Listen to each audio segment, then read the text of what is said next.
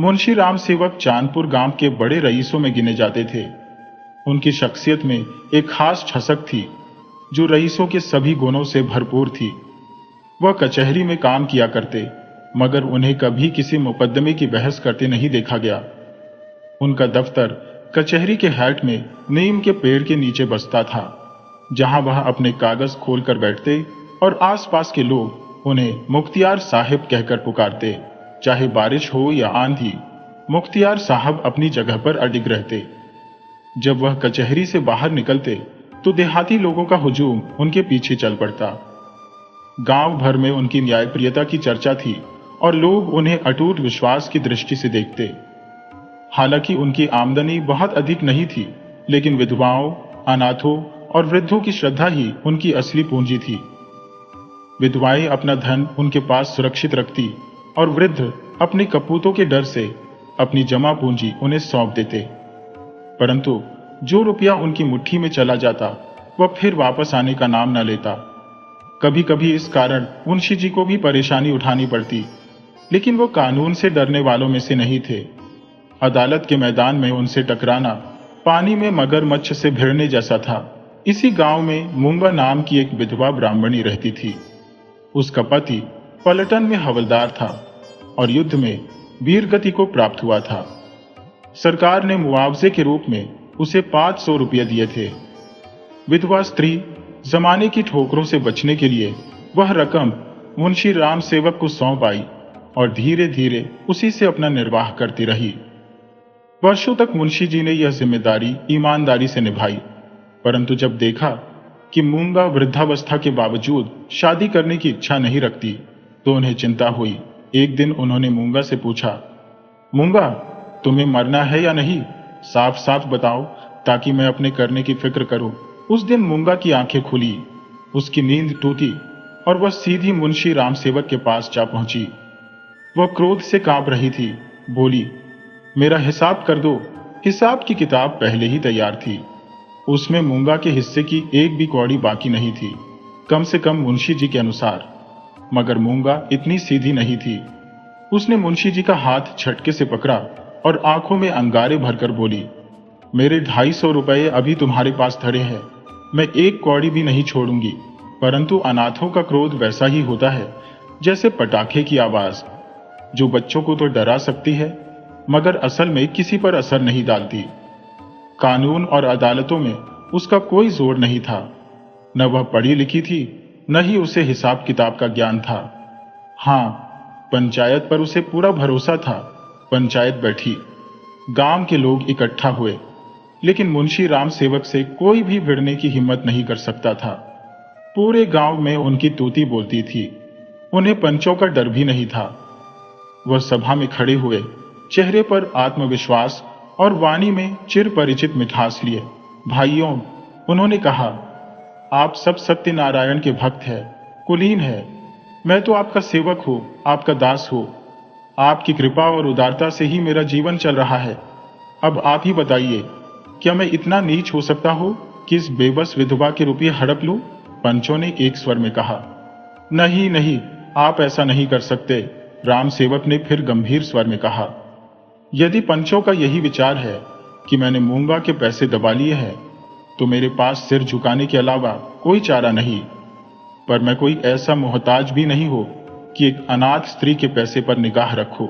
फिर पंचों ने एक स्वर में कहा, नहीं नहीं, आप ऐसे नहीं हो सकते। और पंचायत ने मुंशी जी को निर्दोष मानकर छोड़ दिया। पंचायत उठ गई। मूंगा ने गहरी सांस भरी, मानो अपनी किस्मत से समझौता कर लिया हो। उसने खुद से बुदबुदाया, अच्छा, यहां नहीं मिला इंसाफ, पर तू जाएगा कहां? अब कोई उसका दुख सुनने वाला नहीं था, न ही कोई सहारा देने वाला। वह चाहती तो परिश्रम कर सकती थी, शरीर में ताकत थी, लेकिन मन ने ठान लिया था कि अब मेहनत नहीं करनी। जिस दिन पंचायत खत्म हुई, उसी दिन उसने कसम खा ली कि वह कोई काम नहीं करेगी। अब उसकी जिंदगी का एक ही मकसद रह गया था, मुंशी राम सेवक को कोसना। उठते बैठते सोते जागते हर पल बस उनका नाम बड़बड़ाना। धीरे धीरे उसका दिमाग संतुलन खो बैठा। लोग उसे पगली कहने लगे। नंगे सिर, नंगे पांव, हाथ में कुल्हाड़ी लिए उस सुनसान इलाकों में भटकने लगी। उसकी झोपड़ी अब बीते दिनों की बात थी। अब वह मरघट के पास नदी के किनारे उजड़े खंडहरों में डेरा डाले रहती। उसका चेहरा विकृत हो चुका था, शरीर हड्डियों का ढांचा बन चुका था। गांव वाले उसे देखकर डरने लगे। अगर वह गलती से गांव में आ जाती तो औरतें घरों के दरवाजे बंद कर लेती, पुरुष रास्ता काटकर दूसरी ओर निकल जाते और बच्चे उसे देख भाग खड़े होते। लेकिन एक लड़का था जो उससे नहीं डरता था, राम सेवक का बेटा राम गुलाम। जो चालाकी और धूर्तता उसके पिता में थोड़ी बहुत बची थी, वह उसमें पूरी तरह उतर चुकी थी। वह मूंगा के पीछे तालियां बजाता, उसे चिढ़ाता और मजाक उड़ाता। मूंगा की दुनिया अब एक ही रंग में रंग चुकी थी, पागलपन, नफरत, बदले की आग। वह अकेली बैठी खुद से बातें करती रहती। उसकी बड़बड़ाहट में अजीब बातें होती। राम सेवक के शरीर के अंगों को नोचने, उसका लहू पीने, उसकी हड्डियां तोड़ने की बातें। जब उसकी सनक चरम पर पहुंच जाती तो वह राम सेवक के घर की ओर मुंह करके जोर जोर से चीखने लगती। तेरा लहू पीऊंगी। रात के सन्नाटे में उसकी भयावह आवाज गूंज उठती। स्त्रियां डर से सिहर जाती, बच्चे माओं की गोद में सिमट जाते। लेकिन सबसे खौफनाक चीज थी उसकी कर्कश हंसी, एक ऐसी हंसी जिसमें खौफ का जहर घुला होता था। लगता था मानो सैकड़ों गुल्लू एक साथ चीख कर हंस रहे हो। मुंशी राम सेवक अपने आप को बड़ा दिलेर समझते थे। उन्हें न पुलिस का डर था, न मुकदमों का, न पंचायत का। लेकिन मूंगा की वह आवाज, वह शब्द, तेरा लहू पीऊंगी, इन शब्दों ने उनके हौसले को हिलाकर रख दिया। हम इंसान शायद कानून से नहीं डरते, पर ईश्वर के न्याय से बचना असंभव होता है। मुंशी जी की पत्नी समझदार और तेज दिमाग वाली थी। वह अक्सर उन्हें सही सलाह देती और उनकी बातें उतनी ही तीखी होती जितनी मुंशी जी की लेखनी। दोनों हमेशा हर काम सोच विचार कर ही करते थे। लेकिन उस रात जब मूंगा ने उनके दरवाजे पर जोर से थपथपाया और चीख कर कहा, तेरा लहू पीऊंगी, फिर वह जोर जोर से हंसने लगी तो मुंशी जी का दिल कांप उठा। वह घबराकर उठ बैठे। डर के मारे उनका शरीर थर थर कांपने लगा। मुंशी जी का दिल जोर जोर से धड़कने लगा। उन्होंने खुद को संभाला और हिम्मत जुटाकर दरवाजे के पास पहुंचे। लेकिन वहां पहुंचकर घबराहट ने फिर जकड़ लिया। उन्होंने झिझकते हुए अपनी पत्नी को जगाया। पत्नी झुंझला गई। क्या है? आधी रात को क्यों परेशान कर रहे हो? मुंशी जी ने कांपती आवाज में कहा। वो बाहर खड़ी है। पत्नी चौंक कर उठ बैठी। क्या कहते हो? दरवाजे पर आ गई। हाँ, सुना तो उसकी आवाज। पत्नी मूंगा से डरती नहीं थी, लेकिन उसकी सनक से डरती थी।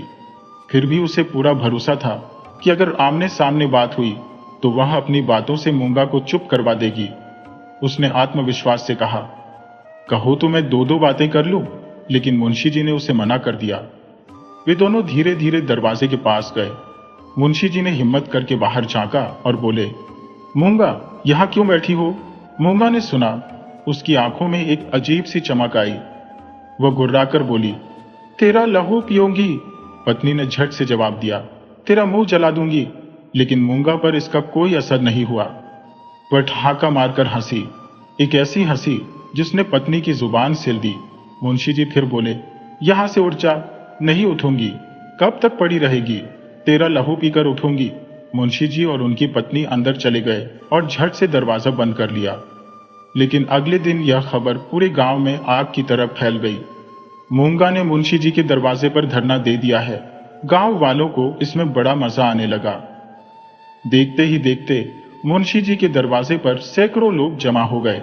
यह भीड़ राम गुलाम को पसंद नहीं थी। मूंगा के प्रति उसके मन में भयंकर क्रोध था। अगर उसका बस चलता तो वह उसे कुएं में धक्का दे देता। यह सोचकर ही उसके अंदर एक अजीब सी गुदगुदी हुई, लेकिन उसने किसी तरह अपनी हंसी रोक ली। फिर उसके दिमाग में एक खुराफाती विचार आया, इस जायन को यहां से हटाना ही पड़ेगा। मुंशी जी के घर में एक गाय थी।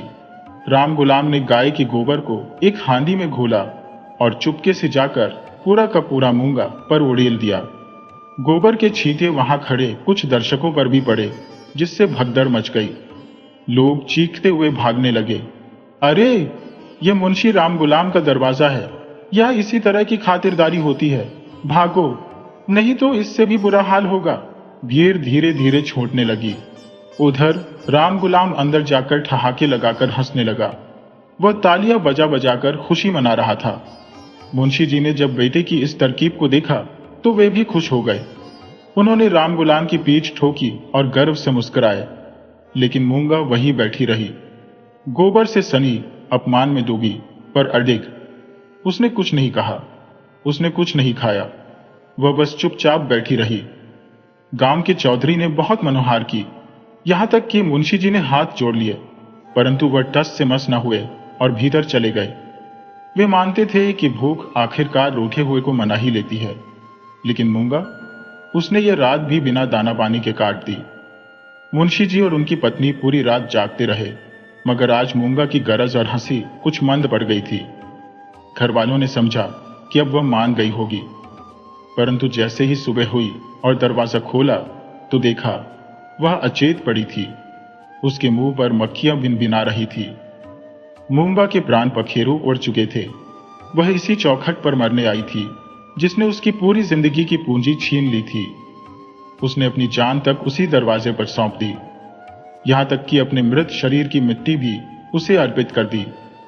धन से कितना प्रेम होता है, कभी कभी अपनी जान से भी अधिक, खासकर बुढ़ापे में। यह कहना व्यर्थ होगा कि इस घटना से गांव में कैसी हलचल मची होगी और मुंशी राम सेवक किस हद तक अपमानित हुए। एक छोटे से गांव में ऐसी असाधारण घटना हुई तो जितनी हलचल संभव थी उससे कहीं अधिक उठ खड़ी हुई। मुंशी जी का अपमान जितना होना चाहिए था उससे रत्ती भर भी कम ना हुआ। अब उनकी इज्जत जाती रही। गांव का कोई भी आदमी उनके हाथ से पानी नहीं पीता था, कोई उनकी हजामत नहीं करता और न ही उनके लिए पानी भरता। ब्रह्म हत्या के दंड से भी अधिक कठोर और अपमानजनक सजा थी यह। मूंगा ये सब जानती थी, इसीलिए वह इसी चौखट पर आई थी। वह जानती थी कि मैं जीते जी इसका कुछ नहीं बिगाड़ सकती, परंतु मरकर जरूर कर सकती हो। मुंशी राम सेवक कानून के जानकार थे, उन पर कोई कानूनी दोष नहीं लगा, लेकिन गांव वालों ने उन्हें अपने नियमों से दंडित किया। अब उनके घर का पानी कोई नहीं भरता, कोई उनकी हजामत नहीं बनाता, धोबी उनके कपड़े नहीं धोता। मगर इन सब से अब मुंशी राम सेवक को कोई फर्क नहीं पड़ता था। अब तो उनकी ही छाया उन्हें डराने लगी थी। एक रात घर का बाहरी दरवाजा खुला रह गया, पर किसी की हिम्मत नहीं हुई कि जाकर उसे बंद कर दे। बड़ी मुश्किल से मुंशी राम सेवक उठे और दरवाजा बंद किया, लेकिन अब उनकी आंखों में मूंगा समा चुकी थी। अपनी ही परछाई में उन्हें मूंगा का अक्स दिखता। घर के अंधेरे कोने में भी वह बैठी नजर आती, मौन, ठहरी हुई, पर सब कुछ कहती हुई। वह हड्डियों का ढांचा, बिखरे हुए बाल, वही पागलपन, वही डरावनी आंखें।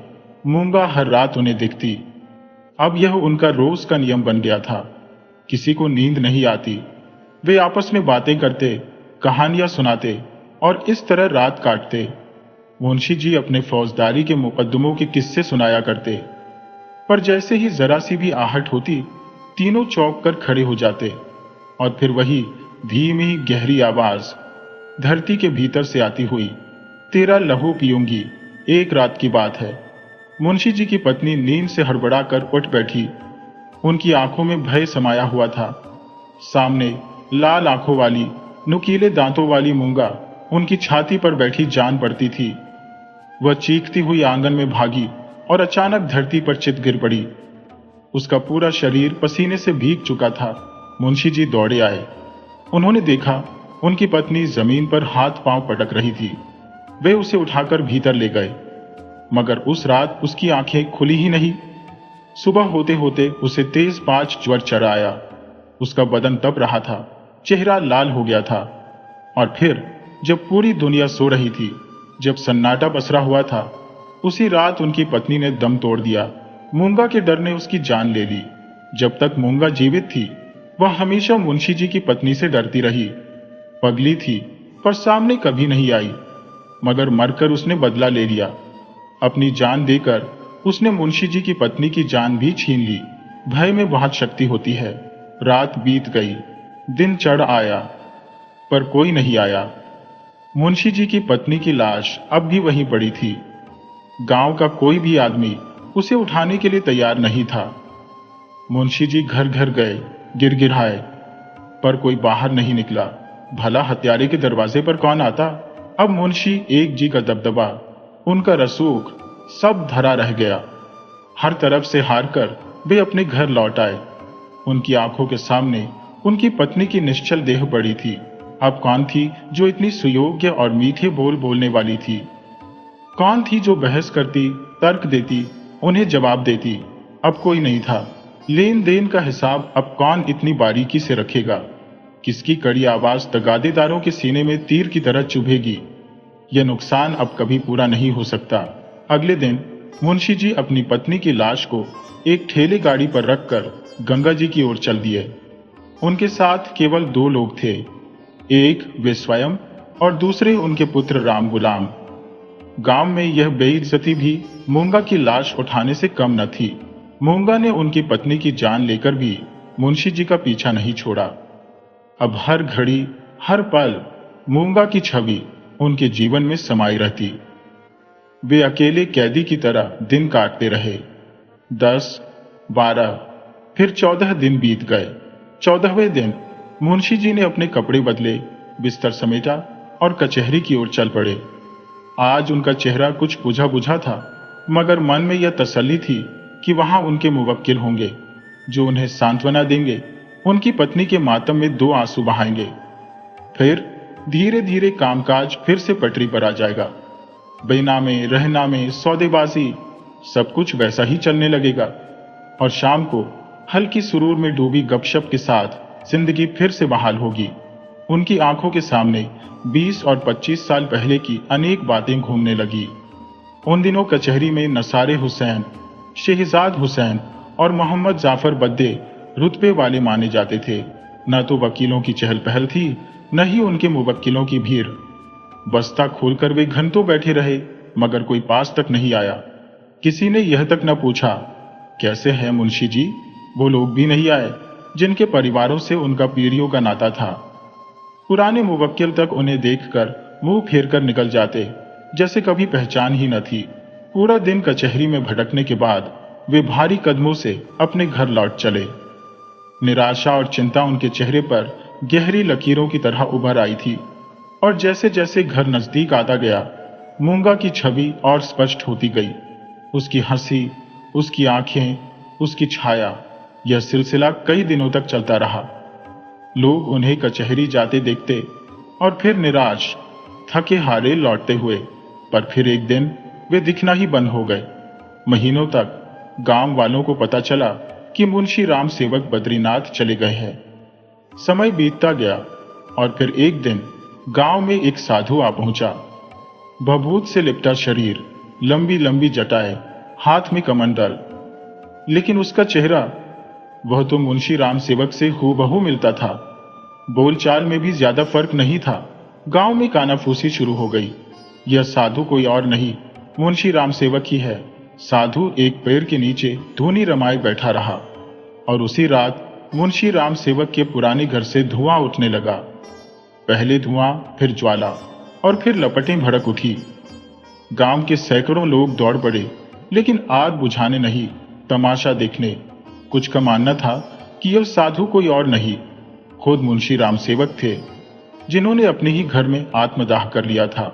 उधर राम गुलाम मुंशी जी के गायब होने के बाद अपने मामा के यहां चला गया। कुछ दिन तो ठीक रहा, लेकिन उसकी हरकतें वहां किसी को पसंद नहीं आई और फिर एक दिन उसने किसी के खेत से मोल चुराने की हिमाकत कर दी। खेत के मालिक ने 2-4 लठ जमाए, मगर यह मार उसे सुधारने के बजाय और बिगाड़ गई। रात के अंधेरे में उसने गुस्से में किसान के खलिहान में आग लगा दी। देखते ही देखते पूरा खलिहान जलकर राख हो गया। हजारों रुपए का नुकसान। पुलिस ने तहकीकात की और राम गुलाम को पकड़ लिया, लेकिन वह नाबालिग था, इसलिए उसे बाल सुधार गृह भेज दिया गया। एक गरीब ब्राह्मणी मूंगा की हाय, उसकी बद्दुआ ने मुंशी जी और उनके पूरे खानदान को तबाह कर दिया।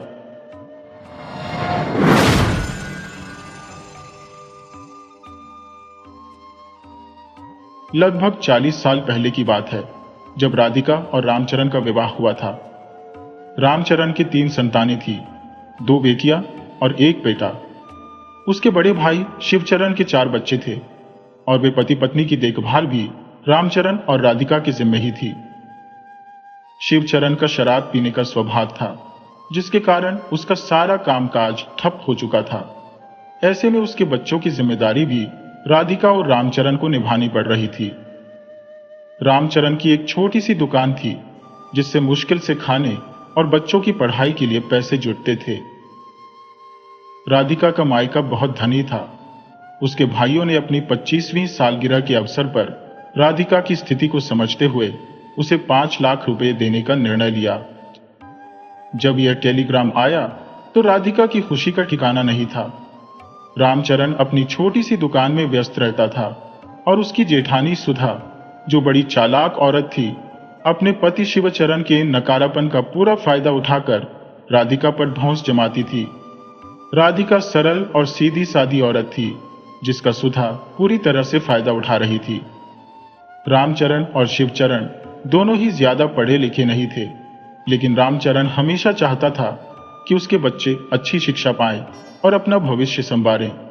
लेकिन समस्या यह थी कि शिवचरण के बच्चों की जिम्मेदारी भी उस पर थी, जिससे 11 जनों का पेट पालना उसके लिए बेहद मुश्किल हो रहा था।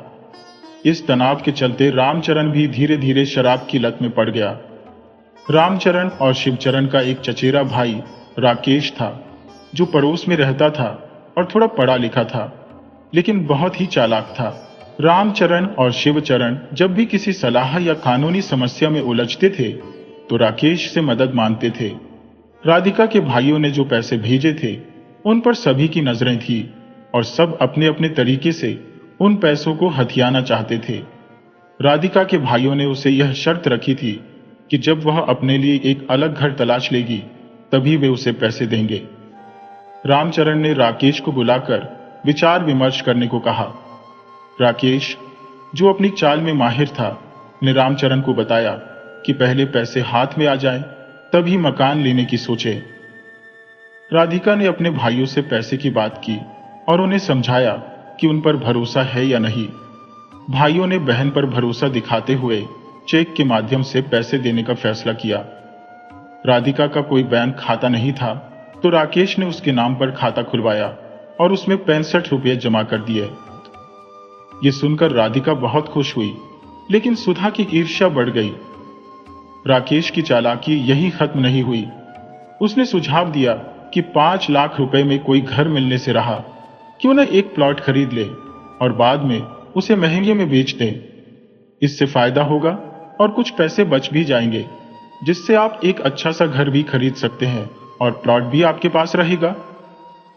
राधिका, रामचरण और उसके परिवार को सपने दिखाए जा रहे थे, लेकिन राकेश की चालों का मकसद कुछ और ही था। राधा ने कहा, भैया, मैं अपने पति से पूछकर तुम्हें बताती हूं। जब रात को रामचरण घर लौटा तो राधिका ने उसे सारी बात बताई। रामचरण ने कहा, राधा, मुझे कुछ भी नहीं पता, तो मैं क्या सलाह दूं? मैंने न तो कभी जमीन खरीदी है, न ही बेची है। सच कहूं तो मैं इस बारे में कुछ कहना भी नहीं चाहता। ये पैसे तुम्हारे भाई ने दिए हैं, तो तुम उनसे ही सलाह ले लो। राधिका ने सोचा, अगर मैं भाई से पूछूंगी तो पता नहीं वे क्या क्या कहेंगे। क्यों ना अपनी सहेली वृंदा से पूछ लूं, जो पड़ोस में रहती है। जब राधिका ने वृंदा से बात की तो उसने कहा, देख राधिका, इसमें कोई बुराई नहीं है। राजेश पर भरोसा करो, वो अपना है। अगले ही दिन राजेश आ गया और उसने कहा, भाभी, प्लॉट खरीद लो। देखो, एक प्लॉट 80,000 रुपए का आ रहा है। 4 प्लॉट खरीद लेते हैं, जल्दी ही कीमतें बढ़ जाएंगी, फिर डबल में बेच देंगे। इधर तुम्हारे बैंक में पड़े 1,80,000 रुपए पर ब्याज भी मिलता रहेगा। सोचो, 5 लाख के 10 लाख बन जाएंगे। फिर तुम आलीशान घर और गाड़ी भी खरीद सकती हो। राधिका बहुत खुश हो रही थी और कहने लगी, भैया देखो ना, मैं सच कहती हूँ, पैसा ही पैसे को खींचता है। हमने तो अपनी पूरी उम्र ऐसे ही गुजार दी। बेचारे बच्चे अच्छे खाने और पहनने को तरसते रहे, जिम्मेदारियों ने कभी सिर उठाने ही नहीं दिया। राधिका के चेहरे पर संतोष झलक रहा था, जबकि राजेश एक कुटिल मुस्कान के साथ उसे देख रहा था। जिसे खुद पर विश्वास होता है वह दुनिया को भी अच्छे नजरिए से देखता है और उसी की तरह दूसरों को भी सही मानता है। राधिका और रामचरण की बड़ी बेटी ईशा अभी किशोरावस्था में थी। उसे बैंक के बारे में कुछ खास पता नहीं था, पर वह समझने की कोशिश कर रही थी। 4 दिन बीते थे जब शाम के समय राजेश फिर से आया। उस समय रामचरण भी घर पर था। राजेश ने खुश होकर कहा, भैया, बताया नहीं आपको, भाभी ने शास्त्री नगर में 4 प्लॉट्स इकट्ठे खरीद लिए हैं। रामचरण कहना चाह रहा था कि एक बार देख लेते हैं, लेकिन तभी राधिका बोली, भैया आप बस ले लो जल्दी से, मेरे भाई भी चाहते हैं कि मैं जल्दी से घर खरीद लूं। राजेश ने मुस्कुराते हुए कहा, भाभी आप जल्दी मत करो, सब हो जाएगा, बस मुझ पर विश्वास है ना, सब मेरे ऊपर छोड़ दो। और हाँ, ये चेक है, इसमें साइन कर दो। राधिका ने देखा कि चेक खाली था तो उसने पूछा, भैया इसमें कुछ भरा नहीं है? राजेश ने थोड़ी नाराजगी दिखाते हुए कहा, बस इतना ही भरोसा है अपने देवर पर। राधिका थोड़ी परेशान हो गई, लेकिन उसे कुछ बुरा होने का आभास हो रहा था। फिर भी उसने साइन कर दिए और चेकबुक राजेश को दे दी। राजेश बोला, नहीं भाभी, एक नहीं 4-5 साइन कर दो। अगर एक लाइन मैच नहीं की तो दूसरी काम आ जाएगी, नहीं तो बैंक के कई चक्कर लगाने पड़ते हैं। इसके बाद कई दिन बीत गए और राजेश राधिका को दिखाई नहीं दिया। जब राधिका ने उसकी पत्नी बीना से पूछा तो उसने बताया कि राजेश आजकल बहुत व्यस्त हो गया है, घर भी देर से आता है और सुबह जल्दी चला जाता है। राधिका ने रामचरण को कई बार बताया, लेकिन वह भी ठीक से जवाब नहीं दे रहा था। रामचरण को बस अपनी दुकान से ही मतलब था। राधिका के मन में चेक साइन करते समय ही शक हो गया था, लेकिन चेक साइन करवाने के बाद राजेश अचानक गायब हो गया था। राजेश का ट्रांसपोर्ट का बिजनेस था और उसने थोड़े समय में अच्छा पैसा कमा लिया था। पर कहते हैं ना, जितना पैसा होता है लालच उतना ही बढ़ता जाता है। एक दिन राधिका ने ठान लिया कि अब बात करनी ही पड़ेगी। वह सुबह जल्दी उठी और राजेश को पकड़ने के लिए उसके घर के पास चली गई। जब राजेश ने राधिका को देखा तो थोड़ा झेंप गया और बोला, भाभी जान लगा दी मैंने आपके काम के लिए, इतनी भाग दौड़ कर रहा हूं कि समय का पता ही नहीं चलता। वकील इतने डॉक्यूमेंट्स बनाते हैं कि समय मिल ही नहीं रहा है। कल या परसों आता हूं सारे कागजात लेकर। राधिका कुछ बोल ही नहीं पाई और रामचरण को उसने जरूर बताया कि राजेश ने आना बंद कर दिया है, लेकिन बात वहीं खत्म हो गई। 5 दिन बाद राजेश फिर आया और बोला, भाभी आपका काम हो रहा है, बस आपको कुछ दस्तावेजों पर हस्ताक्षर करने होंगे। उसने कागजों का एक पुलिंदा हाथ में पकड़ा हुआ था और टेबल पर कुछ भी नहीं रखा था, लेकिन इस बार राधिका सतर्क थी। उसने ध्यान से देखा तो पाया कि ये पावर ऑफ अटॉर्नी के दस्तावेज थे। राधिका ने हैरानी से पूछा, देवर जी ये कागज क्यों तैयार करवाए हैं? राजेश तुरंत बोला, भाभी ये आपकी सहूलियत के लिए है, नहीं तो आपको रोज दफ्तर के चक्कर लगाने पड़ेंगे। राधिका ज्यादा पढ़ी लिखी नहीं थी, लेकिन उसने बहुत कुछ सुना हुआ था। उसे शक तो हो रहा था, मगर खुलकर इजहार नहीं कर सकती थी। आखिरकार रिश्तेदार था, भगवान का नाम लेकर उसने दस्तावेजों पर हस्ताक्षर कर दिए। राजेश की आंखों में चमक आ गई।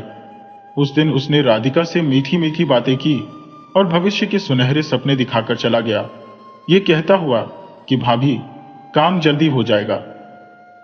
राधिका रोज भगवान से प्रार्थना करती रहती और देखते ही देखते 10 दिन बीत गए। राजेश का कुछ अता पता नहीं था। एक दिन राधिका ने अपनी जेठानी सुधा से कहा, दीदी आज मैं चाहे कुछ भी हो जाए राजेश भैया के घर जाऊंगी। शाम होते ही उसने खाना तैयार कर दिया और बच्चों से कहा, देखो मैं राजेश के घर जा रही हूं, थोड़ी देर हो जाएगी, तुम लोग बचे हुए काम निपटा लेना। राधिका जब बीना के घर पहुंची तो बीना ने दरवाजा खोला। बीना, जो राजेश की पत्नी थी, राधिका को देखकर थोड़ा अचंभित हुई, लेकिन फिर प्रणाम करके उसे ड्राइंग रूम में बैठाया। राधिका का आना बीना को थोड़ा असहज लग रहा था। उसके बच्चे खाना खाकर सो चुके थे। बीना ने चाय बनाकर नमकीन के साथ टेबल पर रख दी। राधिका चाय की चुस्कियों के साथ इधर उधर की बातें करती रही, लेकिन उसका ध्यान कहीं और था। जैसे ही राजेश घर के अंदर आया और उसने राधिका को देखा, वह चौंक गया। हाथ मुंह धोकर वह राधिका के सामने आकर बैठ गया। राधिका ने बिना किसी भूमिका के सीधे पूछा, भैया क्या विचार है? कहाँ है वो प्लॉट? कितने में मिले हैं? क्यों कुछ नहीं बता रहे आप? आप जानते हैं वैसे भाई ने पैसे दिए हैं, मेरा और उनके नाम का सवाल है। जो भी करना है जल्दी करो राजेश भैया, मुझे आप पर भरोसा है, मेरा नाम खराब मत करना। राजेश तुरंत ही पलट गया और बोला, भाभी इन कामों में देर लगती है और आपको मुझ पर विश्वास ही नहीं रहा। बेशक आप ये काम किसी और को दे दो, आज मैं सारे पेपर लाकर दे देता हूं। राधिका को उसका रवैया बहुत बुरा लगा, लेकिन वह मजबूर थी। किस पर भरोसा करती? वह चुपचाप घर आ गई और आकर खूब रोई। उसे यह चिंता खाई जा रही थी कि मकान मिले या न मिले, लेकिन मायके में उसका नाम खराब ना हो। भाइयों और भाभियों के सामने उसे बहुत बुरा लग रहा था। उसने रामचरण को भी कुछ नहीं बताया और बिना खाना खाए सो गई। राधिका की चिंता बढ़ती जा रही थी और आजकल उसे नींद भी नहीं आ रही थी। उसने अपने कम पढ़े लिखे होने का भी बहुत दुख महसूस किया। हालात हमेशा उसके खिलाफ ही रहे थे। उसकी जेठानी सुधा, जो खुद को बड़ी समझती थी, मन ही मन खुश थी। सुधा का बड़ा बेटा कॉलेज में आ गया था और वह सोच रही थी कि 2 साल और राधिका यहां ना जाए, फिर चाहे कुछ भी हो वह खुद ही अलग हो जाएगी। सुबह जब राधिका उठी तो उसका सिर बहुत भारी हो रहा था। उसकी तबीयत खराब हो गई थी। रामचरण तो दुकान पर चला गया था, इसलिए राधिका की बड़ी बेटी उसे डॉक्टर के पास ले गई। डॉक्टर ने ब्लड प्रेशर चेक किया तो पाया कि उसका ब्लड प्रेशर बढ़ा हुआ था। दवाई लेकर वे घर लौट आई। कई दिन बीत गए, राधिका बीमार ही रही और राजेश का कोई अता पता नहीं था। राधिका की छोटी बेटी श्री और बेटा सोया मां की हालत देखकर परेशान और चिंतित थे। बड़ी बेटी ईशा जैसे तैसे खाना बना देती थी। सुधा ऊपर से ऊपर सहानुभूति दिखाती, लेकिन कभी पूछती नहीं थी कि वह मदद के लिए किसी को भेजे। हालांकि दोनों घर रामचरण ही चला रहा था, फिर भी सुधा ने राधिका की कोई मदद नहीं की। अंदर ही अंदर राधिका को राजेश के बर्ताव और पैसे को लेकर बहुत चिंता सता रही थी। जब रामचरण घर आया तो राधिका ने रोते हुए कहा, देखिए जी, कृपया करके राजेश से मिलिए, मैं हाथ जोड़ती हूं। रामचरण ने राधिका का ढांढस बंधाया और वादा किया कि वह राजेश के घर जाएगा। अगले दिन रामचरण राजेश के घर गया। घंटी की आवाज सुनकर बीना ने गेट खोला। रामचरण को देखकर वह सहम गई और एक तरफ खड़ी हो गई। जब रामचरण घर में दाखिल हुआ तो उसने देखा कि राजेश के बच्चे टीवी में मग्न थे। राजेश के चेहरे पर चिंता साफ झलक रही थी, मानो कुछ बड़ा मसला हो। पहले जब पैसे नहीं मिले थे तब उसका मुंह बंद नहीं होता था। अब उसने ठंडी आवाज में कहा, भैया प्लॉट के लिए थोड़ा समय देना होगा, अभी कुछ नहीं मिलेगा। आप और भाभी क्यों मुझे चोर बनाने पर तुले हैं? आपको मेरी नीयत पर शक क्यों हो रहा है?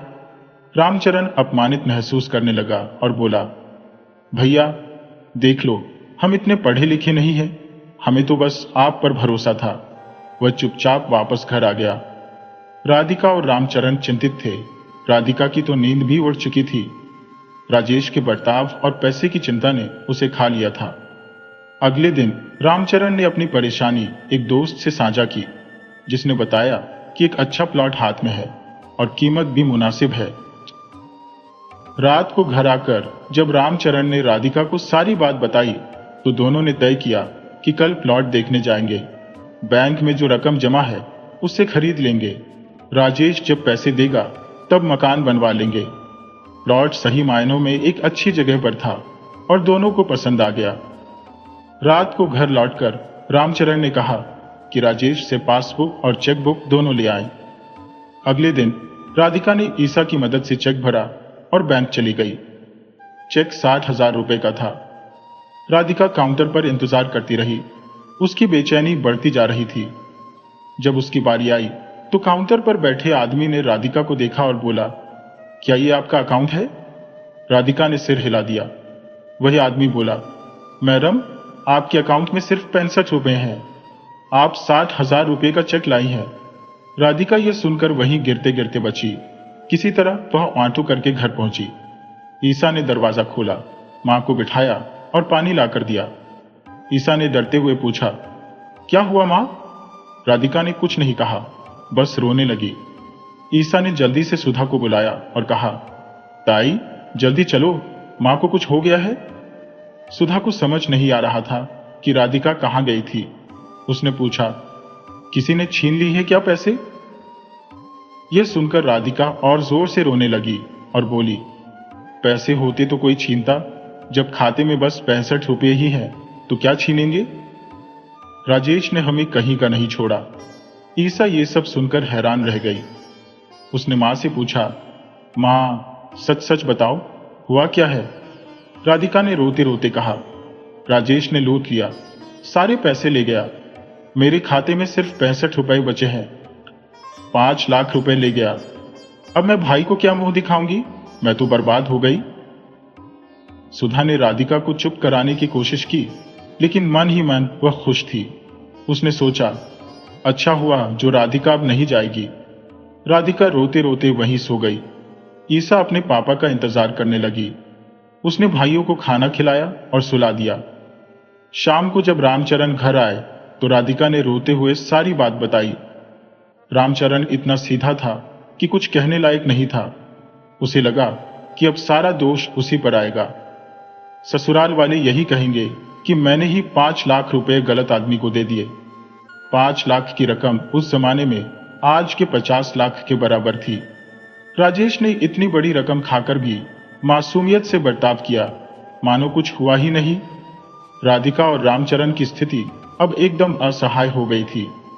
रात को संदेश भिजवाया गया कि मामला गंभीर हो चुका है। राजेश को दोनों से गुस्सा तो था, पर उसे समझ नहीं आ रहा था कि इस समस्या का हल कैसे निकाले।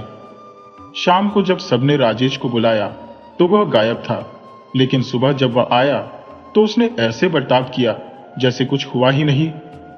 रामचरण से बात करते हुए वह बोला, भैया सवेरे क्यों बुला लिया? क्या मसला है? रामचरण ने अपनी नाराजगी दबाते हुए खुद को संयमित रखा और बोला, राजेश, कल राधा बैंक गई थी, वहां उसका अकाउंट पूरी तरह खाली निकला। यह कैसे मुमकिन है? तुमने 3,20,000 रुपए निकलवाए थे, वो भी राधा से पूछकर चेक साइन करके। बाकी के पैसे कहां गए? अकाउंट खाली कैसे हो गया? रामचरण की बात सुनकर राजेश का चेहरा एकदम सपाट और भावशून्य हो गया। बेफिक्र अंदाज में वह बोला, मुझे जरूरत थी तो निकलवा लिए, मैं जल्द ही पैसे वापस बैंक में जमा कर दूंगा। उसकी बात खत्म होने से पहले ही रामचरण का गुस्सा चरम पर पहुंच गया। वह चिल्लाकर बोला, तूने ये करने से पहले एक बार भी पूछना जरूरी नहीं समझा? राजेश ने बेपरवाही से जवाब दिया, अरे भैया, आप तो बात का बतंगर बना रहे हो। कह दिया ना, मैं चुका दूंगा। राधा गुस्से में कांप रही थी। उसके मुंह से शब्द नहीं निकल पा रहे थे और वह आंसुओं से भरी आंखों से राजेश को देख रही थी। राजेश ने फिर कहा, मुझे सख्त जरूरत थी भैया, तो मैंने सोचा घर का पैसा है, लगा दूं बिजनेस में। अभी कोई ठिकाना नहीं है, घर का घर मिल जाए तो बात करना, अगर ना दूं तो मेरा नाम बदल देना। रामचरण ने कड़वाहट भरी आवाज में कहा, राजेश, ये पैसे घर के नहीं थे, राधा के भाई ने घर लेने के लिए दिए थे। अगर घर नहीं लिया तो हमारी इज्जत धूल में मिल जाएगी। राजेश ने उसकी बात काटते हुए कहा, भैया, आप लोगों को घर मिल जाए तो मैं पैसे दे दूंगा, अभी मुझे जाना है। रामचरण ने कहा, राजेश, हमने एक प्लॉट देखा है 60,000 में, अभी वो पैसे दे दो और बाकी बैंक में जमा करा दो, और जो प्लॉट तुमने खरीदा है उसे बेचकर 3,20,000 वापस करो। मुझे कोई झगड़ा नहीं चाहिए। राजेश ने खींचते हुए कहा, अरे झगड़ा आप कर रहे हो, क्या छोटे भाई का इतना भी हक नहीं है? आप तो पूरा परिवार संभाल कर बैठे हो और मैंने थोड़े से पैसे क्या ले लिए? आप गुस्सा कर रहे हो। राजेश की बातों में जरा भी पछतावा नहीं था। उसने कहा, राधा भाभी, सब लौटा दूंगा, दिल बड़ा करिए, और मुस्कुराकर जाने लगा। राधा को उसकी शक्ल देखना भी अब नागवार लगने लगा था। रामचरण ने सोचा, अब क्या करें, कैसे इस आदमी से पैसे निकलवाएं? केस भी नहीं कर सकते और कोई पुख्ता सबूत भी नहीं है। अंदाजा भी नहीं था कि ये हमारे साथ ऐसा धोखा करेगा। पैसों की भूख इंसान को जानवर बना देती है। अब राजेश ने उनके साथ धोखा कर दिया था।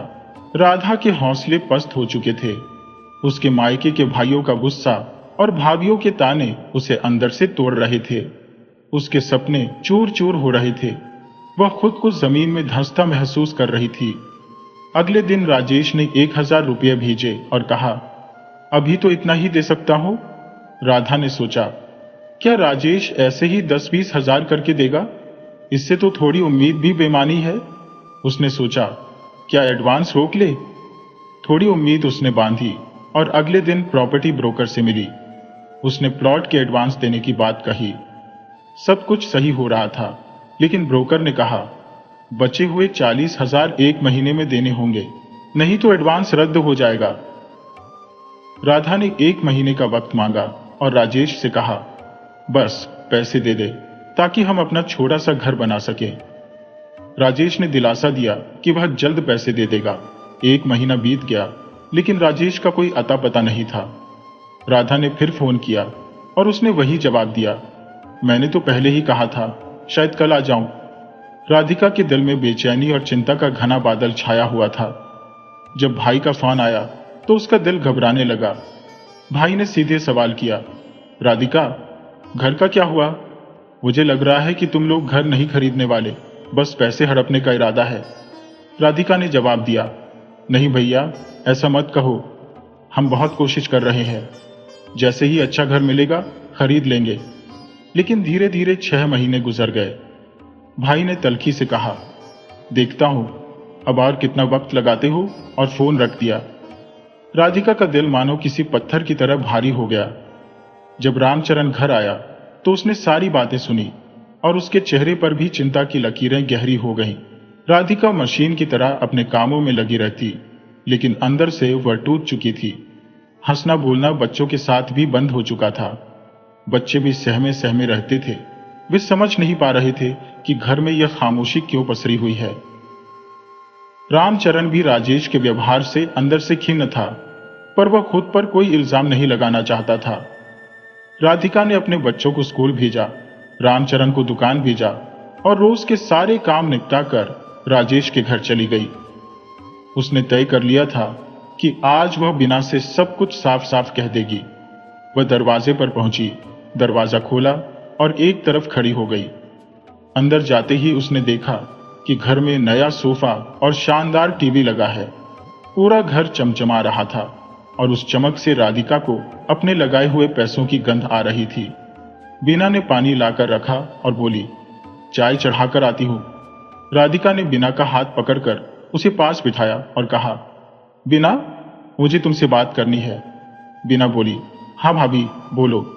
राधिका ने कहा, बीना, तुम हमारी हालत जानती हो। राजेश जो कर रहा है वह हमारे लिए ठीक नहीं है। उसने मेरे भाई के दिए हुए 5 लाख रुपए का कबाड़ा कर दिया है। जाओ, मेरे बच्चों का भविष्य और मायके से मेरा रिश्ता सब बर्बाद कर दिया है। मैं कहां जाऊं? बीना थोड़ी सकपकाई और संभल कर बोली, भाभी, अगर आपको राजेश से कोई परेशानी है तो आप राजेश से बात करो, मुझे चैन से जीने दो। राधिका को गुस्सा आया और उसने कहा, बीना, तुम्हें सब पता है, ये घर में जो नया सामान और चमक है वो सब मेरे पैसों से है। बीना ने अपने रंग बदलते हुए कहा, भाभी, आपको मेरा नया फर्नीचर खटक रहा है और मुझ पर इल्जाम मत लगाओ। आपने मुझे कोई पैसे नहीं दिए। जिनसे बात करनी है उनसे करो। राधिका इससे ज्यादा कुछ बोल नहीं पाई। वह असल में ऐसी बातें सुनने की आदी नहीं थी। वह बेचारी घर लौट आई और अपने कमरे में सो गई। अब उसमें हिम्मत नहीं बची थी। उसके आंसू बह रहे थे और वह उस दिन को कोस रही थी जब पैसे आए थे। उसे अपनी कमजोरी पर भी गुस्सा आ रहा था। पैसे मानते मानते वह खुद को चोर महसूस करने लगी थी। राधिका को एहसास हो रहा था कि पैसों की दुनिया में सचमुच कोई अपना नहीं होता। जिसने उधार लिया वह चोर बन जाता है और जिसने पैसे हड़प लिए वह राजा बन जाता है। राजेश अब पूरी तरह से गायब हो चुका था। वह राधिका और रामचरण की पहुंच से बहुत दूर था। राधिका की हालत अब उस मरीज जैसी हो गई थी जिसे वर्षों से कोई राहत नहीं मिली हो। उसकी आंखों के नीचे गहरे काले घेरे साफ नजर आ रहे थे। रामचरण अपनी पत्नी को इस हालत में नहीं देख सकता था। घर की शांति पूरी तरह भंग हो गई थी। कुछ दिन बाद राजेश ने 40,000 रुपये भिजवा दिए। रामचरण और राधिका ने जाकर प्लॉट की कार्रवाई शुरू कर दी। सारी कागजात तैयार होने में 4 दिन लग गए। दस्तावेजों पर हस्ताक्षर हो गए और प्लॉट के कागजात उनके हाथ में आ गए। थोड़ी खुशी पति पत्नी के चेहरों पर लौट आई, लेकिन अब उनका मकसद सिर्फ घर बनाना रह गया था। किसी भी तरह उन्हें राजेश से और पैसे मिलने चाहिए थे। अब 20 या 30,000 से काम नहीं चलने वाला था। घर बनाने में बहुत ज्यादा पैसे लगने वाले थे। रामचरण और राधिका की आंखों में सपनों की परछाइयां उभर रही थी। वहीं दूसरी ओर राजेश और बिना अपनी खुद की योजनाओं में मशगूल थे। बच्चों को हॉस्टल भेजने की तैयारियां जोरों पर थी। प्लॉट्स की खरीद फरोख्त का सिलसिला भी अच्छे से चल रहा था। राधिका के पैसों ने मानो चुपके से कोई खेल खेल लिया हो। राजेश ने खामोशी ओढ़ रखी थी और बिना भी अब पहले जैसी बात नहीं करती थी। राधिका अब थोड़ी ठीक महसूस कर रही थी। उसने अपने भाई को सूचित कर दिया था कि उन्होंने प्लॉट खरीद लिया है और घर बनवा रहे हैं। इस बात को 3.5 महीने हो गए थे जब अचानक भाई का फोन आया। उन्होंने कहा, अब कब बनाओगे घर? बारिश से पहले छत डालवा लो, नहीं तो बाद में मुश्किल होगी। राजेश को बुलावा भेजा गया। वह आया तो सही, मगर ठीक से बात नहीं की। मुंह फुलाए बैठा रहा। रामचरण ने बात शुरू की, अब हमें घर बनवाना है राजेश, पैसे बताओ किस तरह दोगे? सामान ऑर्डर करना है, मिस्त्रियों से बात हो गई है, बारिश से पहले छत डाल देंगे। राजेश ने रामचरण को हाथ से रोकते हुए कहा, अरे मैंने 60,000 रुपये तो दिए हैं, और कितने चाहिए? राधिका ने सीधा सवाल किया। देखो राजेश, मुझे सारे पैसे वापस चाहिए जो तुमने बैंक से निकाले और जो प्लॉट खरीदने के बहाने लिए थे। राजेश ने बेशर्मी से कहा, मैं हर महीने 20,000 रुपये दूंगा, इससे ज्यादा नहीं। राधिका की आवाज तेज हो गई। क्या हम तुमसे भीख मांग रहे हैं? नहीं, हम अपने हक का पैसा मांग रहे हैं। तुम्हें शर्म आनी चाहिए। राधिका की हिम्मत जवाब दे गई। वह खड़ी भी नहीं हो पाई और बेहोश होकर गिर पड़ी। सब उसे संभालते रहे, लेकिन राजेश को कोई परवाह नहीं थी। उसे मौका मिला और वह वहां से निकल गया। राधिका को उसकी बेटी ईशा और रामचरण अस्पताल ले गए। डॉक्टर ने उसे भर्ती कर लिया। ईशा बहुत रोई अपनी मां को ऐसी हालत में देखकर। रामचरण भी बहुत परेशान था। उसने ईशा से कहा, चुप हो जा, लेकिन वह खुद भी अंदर से टूट चुका था। सारे टेस्ट कराए गए। रिपोर्ट में हाई शुगर और हाई ब्लड प्रेशर निकला, जिसने किडनी पर भी असर किया था। रामचरण के पैरों तले मानो जमीन खिसक गई। राधिका के इलाज के लिए पैसों की सख्त जरूरत पड़ने लगी। ईशा को घर भेज दिया गया और रामचरण अकेला अस्पताल में रहने लगा। अगले दिन सुबह सवेरे सुधा भी आकर मिल गई। पिता को चिंता में देख ईशा की हालत खराब हो गई। उसे समझ नहीं आ रहा था कि यह वक्त कैसे निकलेगा। दूसरे दिन शाम को देर से घर लौटकर ईशा सीधे राजेश के घर गई। उसने बिना से कहा, चाची, मुझे चाचा से कहो कि कुछ पैसे दे दे। मम्मी की हालत बहुत खराब है। बिना बोली, मैं कुछ नहीं बोलूंगी, तुम खुद ही बात कर लो। राजेश अब खुशहाल जिंदगी जी रहा था। घर में एयर कंडीशन भी लगवा लिया था। ईशा को देखकर उसने खिसियानी सी हंसी हंसते हुए कहा, अरे बेटा, कैसी हो? मम्मी ठीक है? कुछ चाहिए तो बताना। ईशा ने आंसू भरी आंखों से कहा, चाचा, आपसे विनती है, हमारे पैसों में से कुछ दे दो, बहुत जरूरत है। राजेश ने थोड़ी देर बाद कहा, ठीक है, इंतजाम करता हूं, और अगले दिन हॉस्पिटल जाने से पहले 20,000 रुपये दे गया। साथ ही कहा, इस महीने के पैसे आ गए हैं तो आपको बता देना। ईशा की आंखों में आंसू आ गए, लेकिन उसने उन्हें दबा लिया और घर लौट आई। रामचरण ने जब पैसों का इंतजाम देखा तो मम्मी के इलाज की व्यवस्था करवाई। उसने ईशा से सब कुछ पूछा, लेकिन ईशा ने राजेश की बातें छिपा ली। राधिका की शुगर लेवल धीरे धीरे ठीक हो रही थी। 6 दिन बाद उसे अस्पताल से छुट्टी मिली। डॉक्टर ने कहा था कि उसे किसी भी तरह की टेंशन नहीं देनी चाहिए। थोड़ी भी मानसिक दबाव उसकी हालत बिगाड़ सकती है। घर में अब भी तनाव बना हुआ था, लेकिन ईशा ने धीरे धीरे सब कुछ संभाल लिया था। फिर भी उसे यह उम्मीद नहीं थी कि सुधार की कोई किरण जल्द दिखाई देगी। राधा किसी तरह खाना पकाना और नाश्ता बना लेती, लेकिन शाम का भोजन तैयार करना ईशा की जिम्मेदारी थी। कपड़े धोने का काम रामचरण के जिम्मे था, जिसे वह धोकर सुखा देता। ईशा रात को उन्हें प्रेस करके रख देती थी। घर का सिलसिला इसी तरह चल रहा था।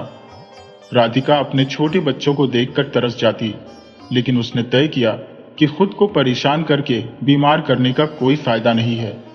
अगर उसे कुछ हो गया तो घर बिगड़ जाएगा और किसी का कुछ नहीं बिगड़ेगा। सुधा और उसके भाई साहब ने बच्चों की परवरिश की जिम्मेदारी उठाई थी, लेकिन कभी पूछा नहीं। राधिका को सबने समझाया था कि जेठ की फैमिली की जिम्मेदारी अपने ऊपर मत लो, लेकिन राधा यही कहती, मेरे बच्चे खाए और भाभी के बच्चे भूखे रहें, ये मैं कैसे सह सकती हूं? आज वही जेठानी थी जो राधिका को पूछती भी नहीं थी। हाँ, जरूरत पड़ने पर हाजिर हो जाती थी, लेकिन बिना सोचे कि बीमारी पर कितना खर्च हुआ होगा। रामचरण जो कमाते वह दोनों घरों की जरूरतों में ही खत्म हो जाता। वही राजेश बड़े आराम से जीवन बिता रहा था। उसे भाई के रिश्ते का कोई मान सम्मान नहीं था। पैसों ने दोनों घरों के बीच दीवार खड़ी कर दी थी। एक ही गली में रहते हुए भी आना जाना बंद हो चुका था। बीना ने भी अपना असली रंग दिखा दिया था। वह पूछने तक नहीं आई। राधा को बहुत सारी बातों का मलाल था, लेकिन उसने खुद को मानसिक उलझनों से दूर रखने का निर्णय किया। उसने सोचा, एक बार मैं ठीक हो जाऊं, फिर देखूंगी। बच्चे भी अपनी मां से चिपके रहते थे। उनकी चिंता थी कि कहीं मां की बीमारी और न बढ़ जाए। राधा का भाई बहुत दिनों से उससे मिलने की इच्छा रखता था। हालात थोड़े संभले तो एक दिन वह आ गया। राधिका ने बड़े मन से खाना बनाया। भाई ने खाना खाकर बहुत प्रशंसा की और बहन को ढेरों आशीर्वाद दिए। दोनों भाई बहन देर तक इधर उधर की बातें करते रहे। रामचरण रात को ही आकर अपने साले से मिले थे, लेकिन वह खुलकर बात नहीं कर पा रहे थे। अमृतलाल को लगता था कि उनकी बहन रामचरण की सरलता के कारण ही दुख झेल रही है। अगली सुबह अमृतलाल ने राजेश से मिलने की बात कही तो रामचरण ने सहमति दे दी। जब अमृतलाल ने राजेश से मुलाकात की तो बिना कोई भूमिका बांधे उन्होंने सीधे सवाल दागा, राजेश, क्या किस्सा है? जो राधा बता रही है वही सच है या तुम्हारे पास कुछ और कहने को है? राजेश थोड़ी देर के लिए हड़बड़ा गया, फिर बोला, भाभी सही कह रही है, मुझसे गलती हुई है। मैंने भाभी के पैसे अपने बिजनेस में लगा दिए और वह भी बिना पूछे। मैंने सोचा बिजनेस अच्छा चलेगा तो पैसे वापस कर दूंगा, लेकिन घाटा हो गया। नहीं तो मैं ऐसा नहीं हूं। राजेश की यह बातें सबको पता थी कि वह झूठ बोल रहा है, लेकिन अमृतलाल ने सोचा बिना बात बिगाड़े अगर पैसा निकाल लिया जाए तो बढ़िया रहेगा। अगर राजेश को डांटेंगे तो वह और ज्यादा अड़ियल हो जाएगा। राजेश ने सभी की ओर देखा और फिर रामचरण की तरफ हाथ जोड़कर कहा, भाई, मैंने मना तो नहीं किया था। अमृत भाई को बेकार बुला लिया। हम तो भाई हैं, आपस में ही फैसला कर लेते। रामचरण के चेहरे पर दर्द भरी मुस्कान थी। उन्होंने कहा, राजेश, तुमने 20,000 रुपए महीना देने का विचार किया था, इससे घर कैसे बनेगा? राधा मरते मरते बची है। देवी मां की कृपा से वह ठीक है। सब तुम्हारे कारण हुआ है और अब पछतावा करने आए हो? रामचरण का चेहरा गुस्से से लाल हो गया। अमृतलाल ने उन्हें शांत रहने के लिए कहा और बोले, राजेश, तुम्हारी ये बातें झूठी है। मैं सब जान चुका हूं। 3 महीने इंसानियत के नाते तुम्हें दिए क्योंकि तुम इनके चचेरे भाई हो। अब इनके पैसे लौटा दो, इन्हें घर बनवाने दो, नहीं तो मुझे पुलिस को बुलाना पड़ेगा। राजेश उठ खड़ा हुआ और बोला, मुझे माफ कर दें, पुलिस का नाम भी मत लीजिए, मैं पैसे वापस कर दूंगा। उसकी आवाज में उसकी भावनाओं का साथ नहीं था।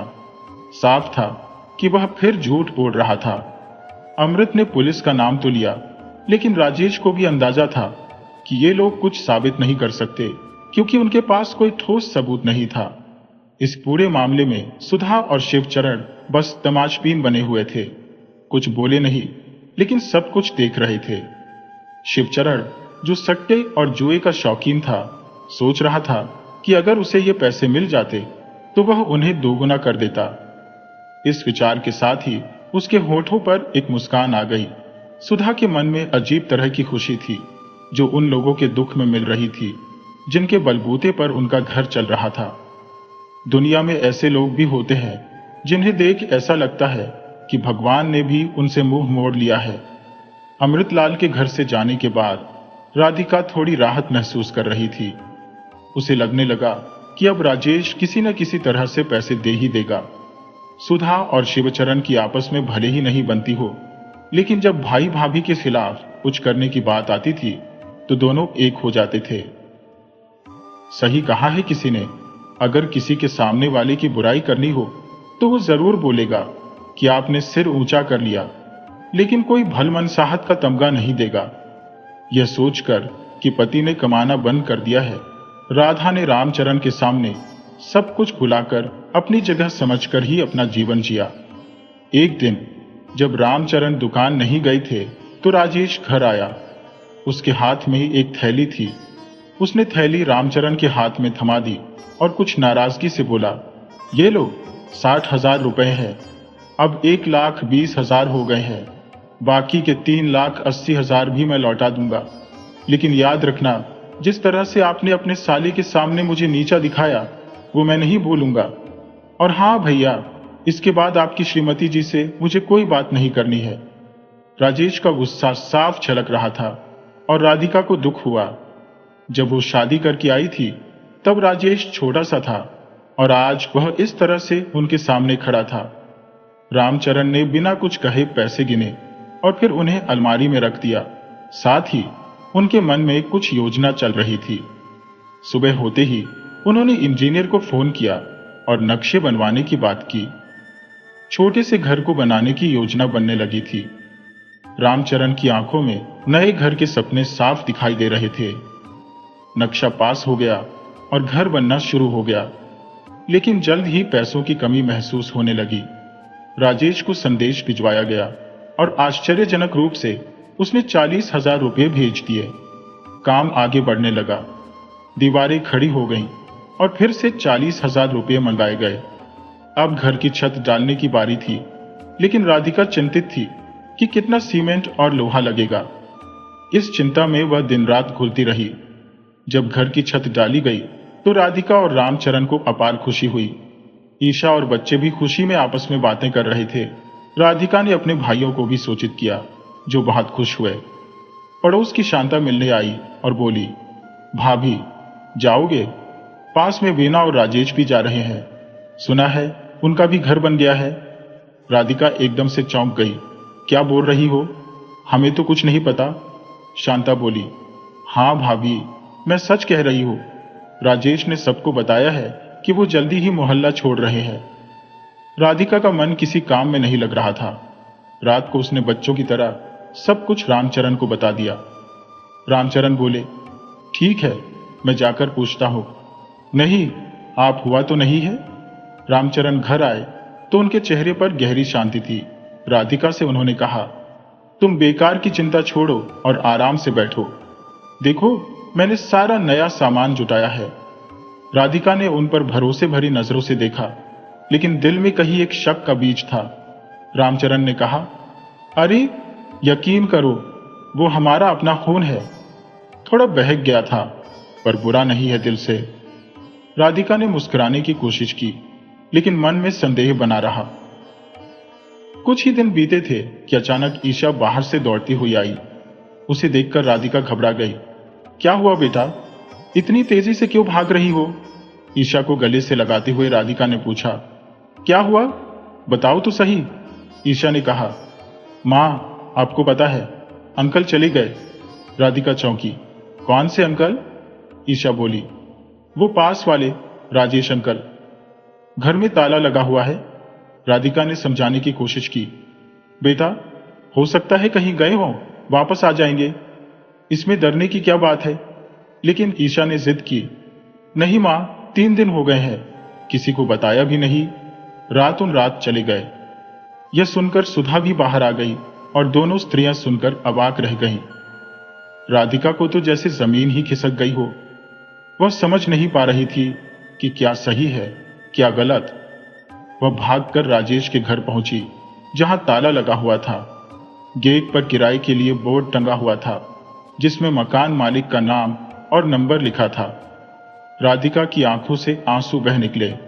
वह समझ नहीं पा रही थी कि अब क्या करें। विश्वास टूट चुका था। कुछ लाख रुपए के लिए राजेश ने अपने ही घर को छोड़ दिया, अपने खून के रिश्तों को भी नहीं बताया। राधिका चुपचाप पलंग पर गिर पड़ी और आज आंसुओं ने भी उसका साथ छोड़ दिया। आंखें सूख चुकी थी। छत की ओर देखते हुए वह चुपचाप लेटी रही। बच्चे रो रहे थे। दोनों बेटे अपनी मां के पास खड़े थे। ईशा पानी लाई और सुधा और शिवचरण दूसरे कमरे में राजेश की निंदा कर रहे थे।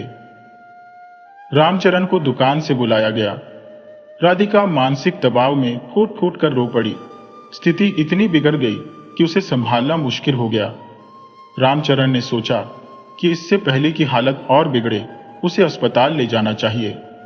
वहां डॉक्टर ने बताया कि उसका शुगर लेवल और ब्लड प्रेशर दोनों बढ़ गए हैं। उसे अस्पताल में भर्ती करना पड़ा। डॉक्टरों ने जांच के बाद बताया कि उसकी दोनों किडनियों में थोड़ी थोड़ी क्षति हो चुकी है और एक में पत्थरी भी दिख रही है। लेप्रोस्कोपी का कोई विकल्प नहीं था, इसलिए सर्जरी करनी पड़नी थी।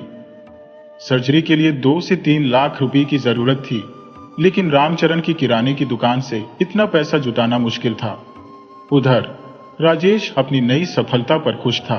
वह अपने परिवार के साथ एक नए और बड़े घर में बस गया था और बच्चों को अच्छे स्कूल में दाखिला मिल गया था। उसने अपना ट्रांसपोर्ट का बिजनेस शुरू कर दिया था और सब कुछ अच्छा चल रहा था। राधिका का पैसा उसके लिए फायदेमंद साबित हुआ था। उसने किसी से कोई रिश्ता नहीं रखा और अब वह एक नई जिंदगी जी रहा था। इस बीच राधिका की हालत बिगड़ती जा रही थी। वह खाना नहीं खा पा रही थी, भूख मर गई थी और कमजोरी बढ़ गई थी। रामचरण परेशान थे, लेकिन सर्जरी के लिए पैसे जुटाना उनके लिए बड़ा संकट था। उन्होंने कभी सोचा भी नहीं था कि ऐसा समय आएगा जब पैसों की इतनी कमी होगी। जो धन जमा किया था वह 2 घरों में बंट गया। बचत की कोई उम्मीद नहीं रही और जेवरात के नाम पर राधिका के पास केवल 2 चूड़ियां और बलिया की एक अंगूठी ही थी।